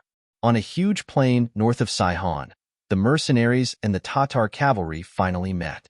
Yang Chendong, the Heavenly Khan, and Tua Buhua officially met here. When a king meets a king must die. In just one night, half of the soldiers had been lost. When the news reached Tua Buhua's ears, his usually calm face revealed a trace of shock. Soon after, Hu Bo-er and Mu Ren who had escaped were brought to his main tent. Tuachuo Buhua's figure wasn't very tall. He was only 173 meters tall, and his weight of 120 kilograms made him look even less burly. However, it was this person who had unified the Tatar tribe and became their Khan. Once upon a time, Tua Buhua had caused many people to not be able to eat or sleep well. He had also caused many people to fear and hate him, including the great Ming dynasty and the Walla's leader, Yesen. But now, he had been beaten to such a state. He was not willing to accept this. After hearing Hu Bo-er's report, Tua Buhua stretched out his right hand and pointed at the trembling Hu Bo-er. Then, his finger moved and landed on Mu Ren. A defeated general must be punished. Otherwise, how can he lead the army? Men, drag him out and behead him in public. He'll be sacrificed to the army. Great Khan, no. I'm willing to be the leader of the suicide squad. I only ask that you give me a chance. General Hu, save me, save me.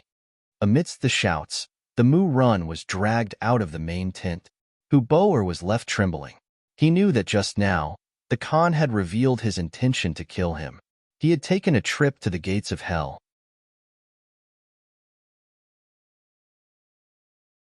Chapter 887. Do you know what to do next? Tuachuo Buhua pointed at Huboer again. I know. I am willing to be the leader of the suicide squad. I only hope that Great Khan will give me a chance to die like a brave warrior. Huboer raised his head as tears welled up in his eyes. Good. I will give you a chance. General Ming, you and Huboer will be in charge of the left and right armies. This Khan will be in charge of the middle army. Let us work together and fight to the death with this great Ming brat. If we win, the glory of our Tatar tribe will be reborn. If we lose, then let us turn into a pile of yellow soil and be buried here forever. Yes. Another burly man in armor in the main tent responded, and then half knelt on the ground. Right now, Tuachuo Buhua still had 30,000 elite Tatar cavalry and 10,000 ordinary cavalry. In terms of numbers, the mercenaries had 50,000, including 20,000 from the Mongol tribe. The difference in numbers was 10,000. However, Tuachuo Buhua was leading the most elite Tatar cavalry. On the battlefield, they could take on 3, 5, or even more. Just from this point alone, they still had a chance of victory. At this point, Tuachuo Buhua did not want to retreat anymore. With 40,000 cavalry, he could go to other places and become a king. However, the humiliation that the mercenaries had brought them had to be washed away. Otherwise, even if he died, he would not be able to rest in peace. Both sides had close to 100,000 cavalry in total. From afar, tents were next to tents, and war horses were next to war horses. Everyone seemed to know that this was a battle to the death. No one held any hope. Just like that, blade against blade, spear against spear, they laid out their chariots and horses. There was no discussion, but they all made the same decision to fight to the death the next day. Within the main tent of the mercenaries, Yang Chendong was holding a meeting with all the generals. This meeting was different from the previous ones. There was not even a sand table in front of them, nor were there any battle plans. At the start of the meeting, as the leader, Yang Chendong had already set the tone. There's no need for any strategy in this battle. Tua won't use any tricks, nor will he divide his forces to create an opportunity for us. Some of them are just war horses charging head-on. Some of them are just to see whose bones are harder and whose saber is sharper. Let me ask you, are you afraid? Not at all. All the officers replied in unison, their voices echoing throughout the main tent. All right. Yang Chendong looked at everyone with an encouraging gaze. Then, he pointed at Su He and said, Division Commander Su, I'll let you introduce the 30,000 elite cavalry under Tuachuo Buhua. Yes. Su He stood up and saluted Yang Chendong and the other officers. As a former member of the Tatar cavalry, he was very familiar with the situation of this cavalry. Comrades, there are only 40,000 cavalry left. 10,000 of them are ordinary cavalry. There is no need to worry about them. I believe that any of our troops can defeat them. Hearing such confident words, the officers present all had smiles on their faces. Even the small leaders of the Mongol tribes in the north of the Gobi Desert laughed along. Although their combat strength was average, they had the advantage in numbers. As the saying goes, a random fist can kill a master. Who are they afraid of? While the officers were laughing, Su He's face became serious. However, the 30,000 elite cavalry cannot be underestimated. Tuachuo Buhua spent a lot of effort to create them. Although they may not have been through hundreds of battles, they are veterans who have been through dozens of battles. They have rich combat experience and will not retreat without orders. Even if their formation is attacked, they will rely on a small number of people to deal with the enemy until the end of the battle or until all of them die. At this point, Su He seemed to see the disdain on the faces of the officers present. He continued in a deep voice, You may not know this, but Agadorji was bewitched by Yes Hin and surrounded Tuachuo Buhua with him. At that time, he only had 5,000 cavalry with him.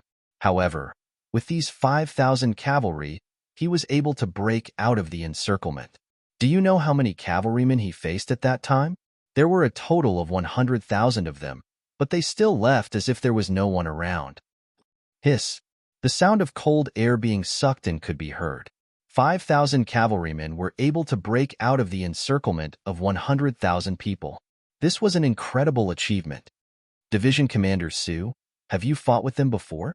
The commander of the new army, Tiger Ming, asked. He firmly believed that seeing was believing. If this was just hearsay, it was not enough to believe. Commander Tiger, I am ashamed to say this, but I have fought with them before. At that time, I led 10,000 cavalrymen and was on the outside of the encirclement. However, when the 5,000 cavalrymen rushed out, I sent some soldiers to stop them. After a chaotic battle, they managed to escape. After the battle, we lost 1,300 cavalrymen, while they only left behind a few dozen corpses. At this point, Suhi couldn't help but lower his head. This achievement was one of the biggest defeats in his life. It was obvious that he really didn't want to talk about it. However, at this moment, no one looked down on Suhi. Instead, everyone fell into silence. The atmosphere in the tent was very oppressive. The strength of these 30,000 elite cavalry was beyond everyone's imagination. For a moment, everyone was at a loss of what to do. Even some of the leaders of the North Desert unknowingly showed fear on their faces. They were probably thinking of retreating at this moment. The morale of the generals quickly fell at this moment. Suhi's voice continued to sound. These cavalrymen are completely different from ordinary cavalrymen. They hold a sword in one hand and a shield in the other. They rely on their superb horse skills to maintain their balance on the battlefield. The sword is a Mongolian scimitar. In close combat, it is more in line with the principles of mechanics. It doesn't need the soldier's own strength. Just the charge of the horse is enough to easily cut off the enemy's head. This saves a lot of energy in the process. The shield can be used to block the enemy's sword. This way, they can better protect themselves. It is this combination of a sword and a shield that allows them to have the strongest spear and the strongest shield at the same time. Often when you are fighting for your life, when you slash with your sword, the shield will block it. If you don't react fast enough, the enemy's scimitar will chop your neck. At that time, because I didn't understand this point, the cavalrymen under my command suffered a great loss. Even the dozens of cavalrymen who were able to kill the enemy were only able to achieve a small result because of the crowd. After explaining everything he knew and understood, Suhi saluted Yang Chendong and returned to the group. Then, everyone's gaze fell on Yang Chendong. In many of their hearts, this was the god of war. This was the 100 Victories general. The battles under his command would never fail. When everyone's gaze fell on him, Yang Chendong's originally calm face revealed a trace of a smile. Haha, the strongest shield and the strongest spear. Interesting. But I don't know how strong their shields will be when they are faced with muskets. Haha, haha. With just a few words, the atmosphere in the main tent instantly relaxed. That's right. No matter how strong you are, when facing the muskets and cannons, can you really be invulnerable? Everyone laughed, and the original atmosphere was no longer that oppressive. Yang Chendong timely stretched out his hand and pressed it down. For a moment, the tent became quiet again. We have muskets and powerful cannons, but I don't think these are the treasures that can defeat all opponents. If we want to become the strongest cavalrymen in the world, then we are destined to gather the strengths of others and the strengths of others. We must learn from each other's strengths to make up for our weaknesses. In the end, we will become the invincible and undefeatable cavalry of the prairie. The 30,000 elite cavalrymen of the Tatar Empire may be very strong, but in my opinion, they are more like a whetstone blade that sharpens us. Let's put it this way. I am preparing to build another division. This division will be called the 1st Cavalry Division. It will have 3 regiments, each with 5 battalions, a total of 6,000 men. This division commander, 3 regimental commanders, and 15 battalion commanders will not be appointed based on seniority or nationality. It will all be based on personal strength. It will all be based on personal bravery and merit. Their treatment is far better than the other units. It is the same as the current Cold Vanguard unit, or even better. Let's put it this way. To be able to enter this division, one's whole family will ascend to heaven. When a Han rider enters the division, a hero's plate will be hung high in the family, and it will be respected by the world. When a foreign rider enters the division, he will be registered as a Han citizen. From a soldier to an officer, he will be able to bring one of his family members to be registered as a Han citizen. If he is promoted, he will be able to bring his whole family to be registered as a Han citizen. Before Yang Chendong could finish his words, the entire main tent was already bustling with noise and excitement. Anyone who had been to the first city would know the importance of being registered as a Han citizen. In the past, this people who were regarded as herbivores and were called weak and bullied had a high status that people could only envy and look up to. As long as one was a Han citizen, whether it was dividing land, paying taxes, or buying things, they had a lot of privileges. Even the rule in the first city that outsiders had to live in for 5 years to be qualified to own a local house was reduced to 3 years when it fell on the Han citizens. This was only one of the embodiments. There were many other benefits that could not be described in detail. Let's put it this way. As long as you were a Han citizen, you were born to be superior to others. Even if you went to work, your salary would be 1.5 times, or even more than 2 times that of other ethnic groups. Not to mention getting a job in the city. Whether a Han citizen wanted to be an official or join the army, the conditions would be much lower. Because of this, the Han people became a high and mighty existence. In order to be on good terms with them, countless young Mongolian girls in the city vowed to only marry Han men so that their next generation could live better.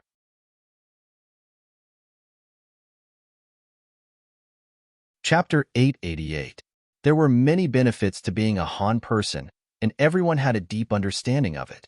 Fortunately, the Han people did not have the habit of bullying other races, or rather, they did not have the time to develop this habit. Although the other races were somewhat dissatisfied, they could not find a reason to express it. However, it was undeniable that they also yearned to become Han people in their hearts. It was just that there was no opportunity to obtain this power. For example, one of the higher-ups in the army, the Tatar division commander Su He, was still a Tatar. Even such a general could not become a Han person, let alone others. This matter of promotion could only be an idea. But now, Yang Chendong formally raised this issue in front of everyone and gave the corresponding conditions. As long as they could meet these conditions, they would be promoted. This made everyone see hope. Some of the small tribal leaders who originally wanted to retreat were also moved because of this. They clenched their fists tightly and had an appearance of wanting to perform well. Everyone's morale was completely stimulated by Yang Chendong's words. The conditions are there. If you can kill 3 Tatar elite cavalry, you can join the 1st Cavalry Division. If you kill 4 people, you will be a squad leader. If you kill 5 people, you will be a deputy platoon leader. If you kill 6 people, you will be a platoon leader, and so on. In short, the opportunity is in front of everyone. How to fight for it is up to everyone. Of course, if you are not the opponent of these elite cavalry, then retreat. I will use guns and cannons to solve everything in the end. Where to go, everyone can choose. At the end of the meeting, Yang Chendong gave everyone a reassurance that the 30,000 Tatar elite cavalry who were invincible in the eyes of others were not in his eyes. The reason why he did not use guns and cannons was because he wanted to use them as a whetstone to hone the combat power of the cavalry. With such a guarantee, how could everyone be afraid? A war was destined to not be lost. What was important was the performance of the battle process. The Han soldiers were thinking about how cool it would be to hang a hero's plate in their house. The grassland people were thinking about how their descendants would benefit from this action of theirs if it could be done. At this moment, no one was against the war in front of them, and no one showed any signs of fear.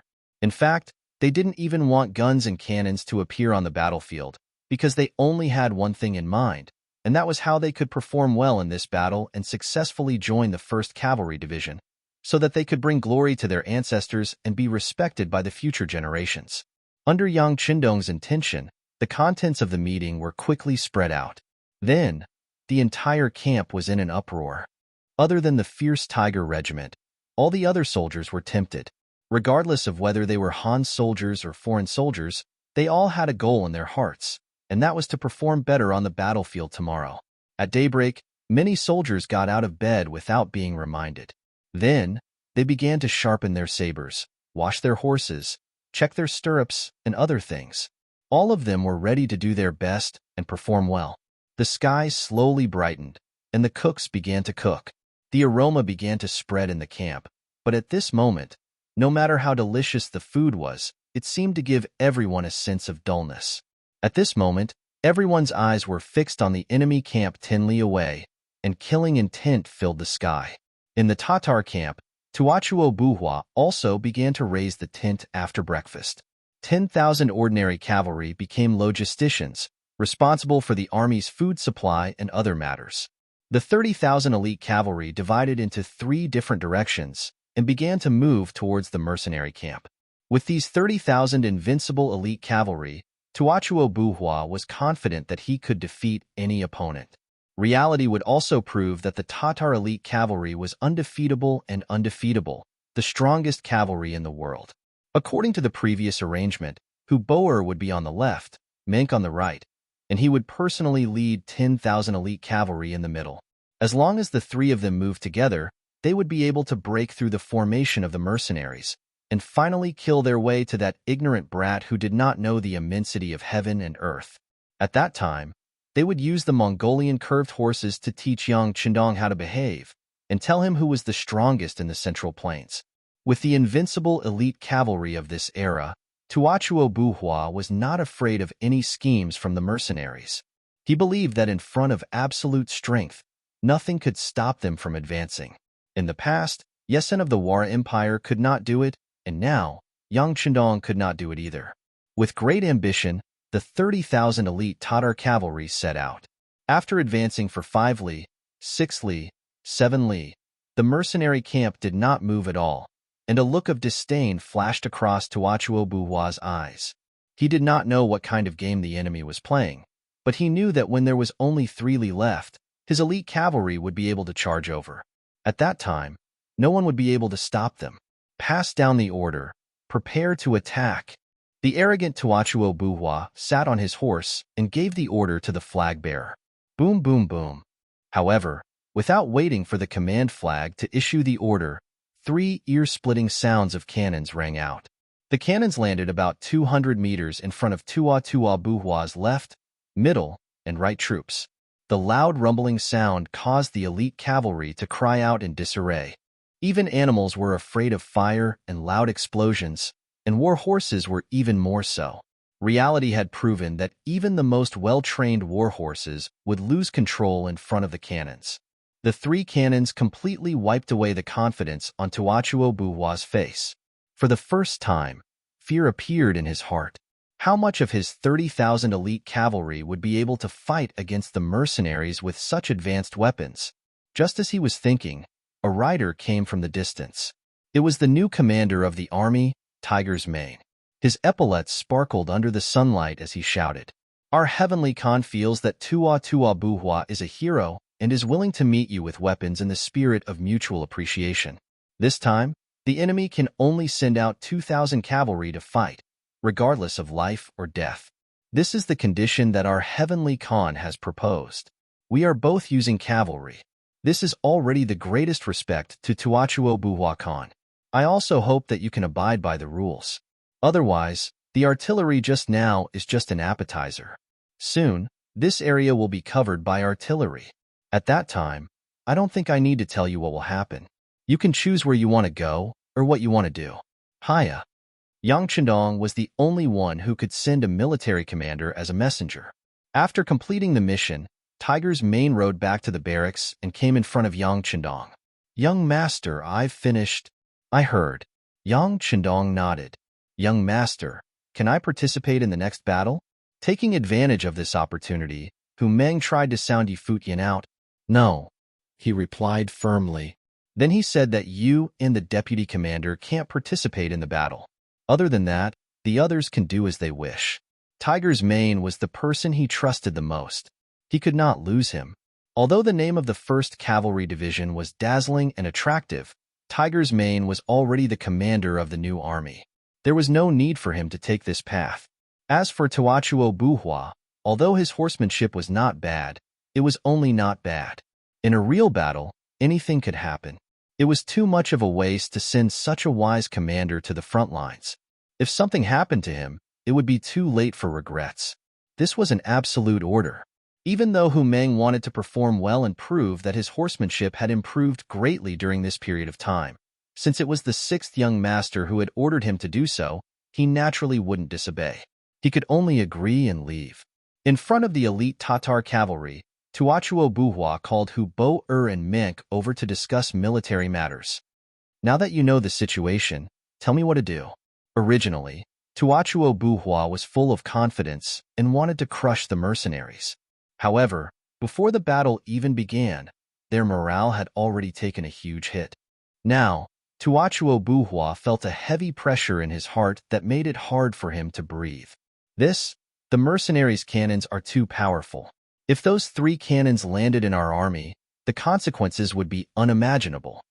Hubo did not express his opinion first. Instead, he spoke in a tactful manner. When he said this, the 3 of them were speechless. After a short while, Monk spoke up, "So be it. With our elite cavalry strength, I don't believe that we can't take care of them. As time goes on, we will kill more and more people. At that time, we will still be able to obtain victory." This meant that he had agreed to the other party's request. Although Tuachuo Buhua did not want to, the mercenaries had powerful cannons. Unless he retreated now, he could only follow the other party's plan. All right, then let's do it. We will use our true strength to show them how strong our elite Tatar cavalry is and how undefeatable we are. Tuachuo Buhua wanted to defeat Yangchendong. The first city behind him was too prosperous and was built on the grasslands. It was like a tree without roots. This was a base that he urgently needed. As long as he took down this place, it would not be long before he could repeat the glory of the Tatar tribe. This huge temptation made him unable to retreat. He could only play according to Yangchendong's rules. The Tatar army agreed and sent out the first group of 2,000 cavalry. This group of cavalry was personally led by Ming. Clearly, they wanted to win the lottery. Facing the 2,000 elite cavalry sent out by the Tatar army, the mercenaries also sent out 2,000 cavalry from the north of the desert. It was clear that the promotion last night had moved many people. There were many small leaders who volunteered to fight. Perhaps they were worried that if they did not take the initiative in the beginning, they would not have the chance to do so in the future.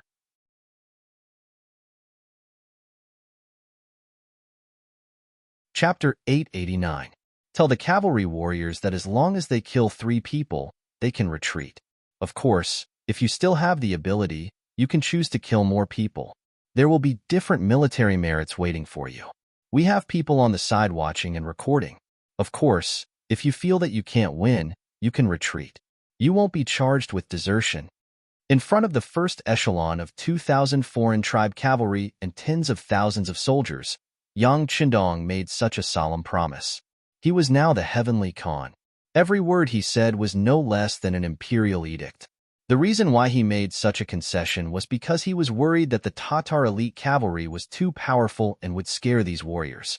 In the end, no one dared to fight, and that would be a joke. With such a promise, they could retreat if they killed 3 people. If they couldn't win, they could retreat. Just based on these 2 points, those who didn't dare to try before were moved. What if they were lucky?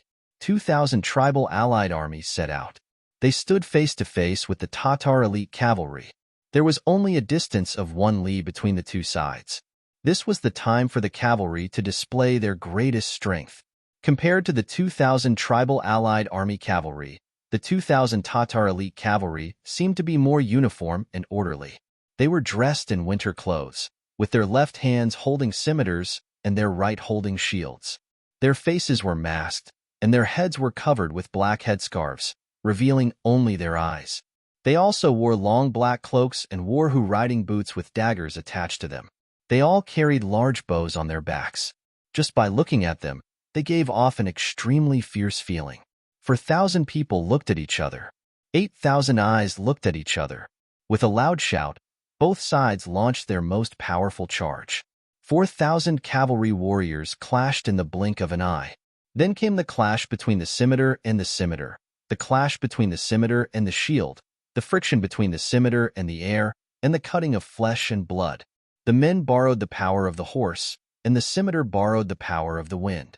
Raising the scimitar, descending, chopping, dodging, or falling off the horse. The cruel side of the battle was constantly displayed on the battlefield. Blood and flesh flew everywhere. This was destined to be a bloody battle that would be written into history. Ding ding dang dang. This battle lasted for an hour. Following that, more and more cavalrymen from the northern desert tribes fled. The number of people on the battlefield was constantly decreasing. After another hour, the battlefield became quiet again. The elite Tatar cavalry had won. The Mongolian coalition army of the Gobi Desert sent out 2,000 men, but about 500 men escaped. Among them, the best one killed 2 men, but because there was no one by his side and he was in danger of being surrounded by several elite riders, he had no choice but to retreat. Not a single qualified soldier was selected in the first battle. This was a heavy blow to the morale of the entire mercenary army. On the other hand, the Tatar elite cavalry had killed 1,500 enemies and only lost less than 50 riders. This kind of 1:30 casualty ratio made the soldiers cheer unceasingly, their morale greatly boosted. Treat the injured warriors and arrange for the second batch of soldiers to take over. Yang Chendong sat on a large chair, surrounded by his black knights. Seeing the complete defeat of the first battle, he did not show the slightest anger or disappointment. Everything was within his expectations. If there was anything unexpected, it would be that the performance of the elite Tatar cavalry was stronger than he expected. However, this was even better. Since he wanted to create the first cavalry division and create the strongest cavalry in the world, the sharper the whetstone, the better. After the order was given, the second batch of 2,000 cavalrymen charged out. Although the failure of the first battle was a severe blow to their morale, they also learned some experience at the same time. For example, if they found that there were too many retreating cavalrymen, there was no need for the rest of them to fight hard. Otherwise, they would only be surrounded by the cavalrymen, and there was no other choice but to die. After the first experience, the second batch of soldiers charged out closer. They tried their best to be under the protection of their comrades. This way, they could face the enemy without worrying about being attacked from the front and back. After the first experience, Tua Buhua did not send any generals to lead the troops. Against these average Mongolian cavalrymen, there was no need to send any generals. They could also heavily injure the enemy. In the first battle, they had killed 1,500 enemies.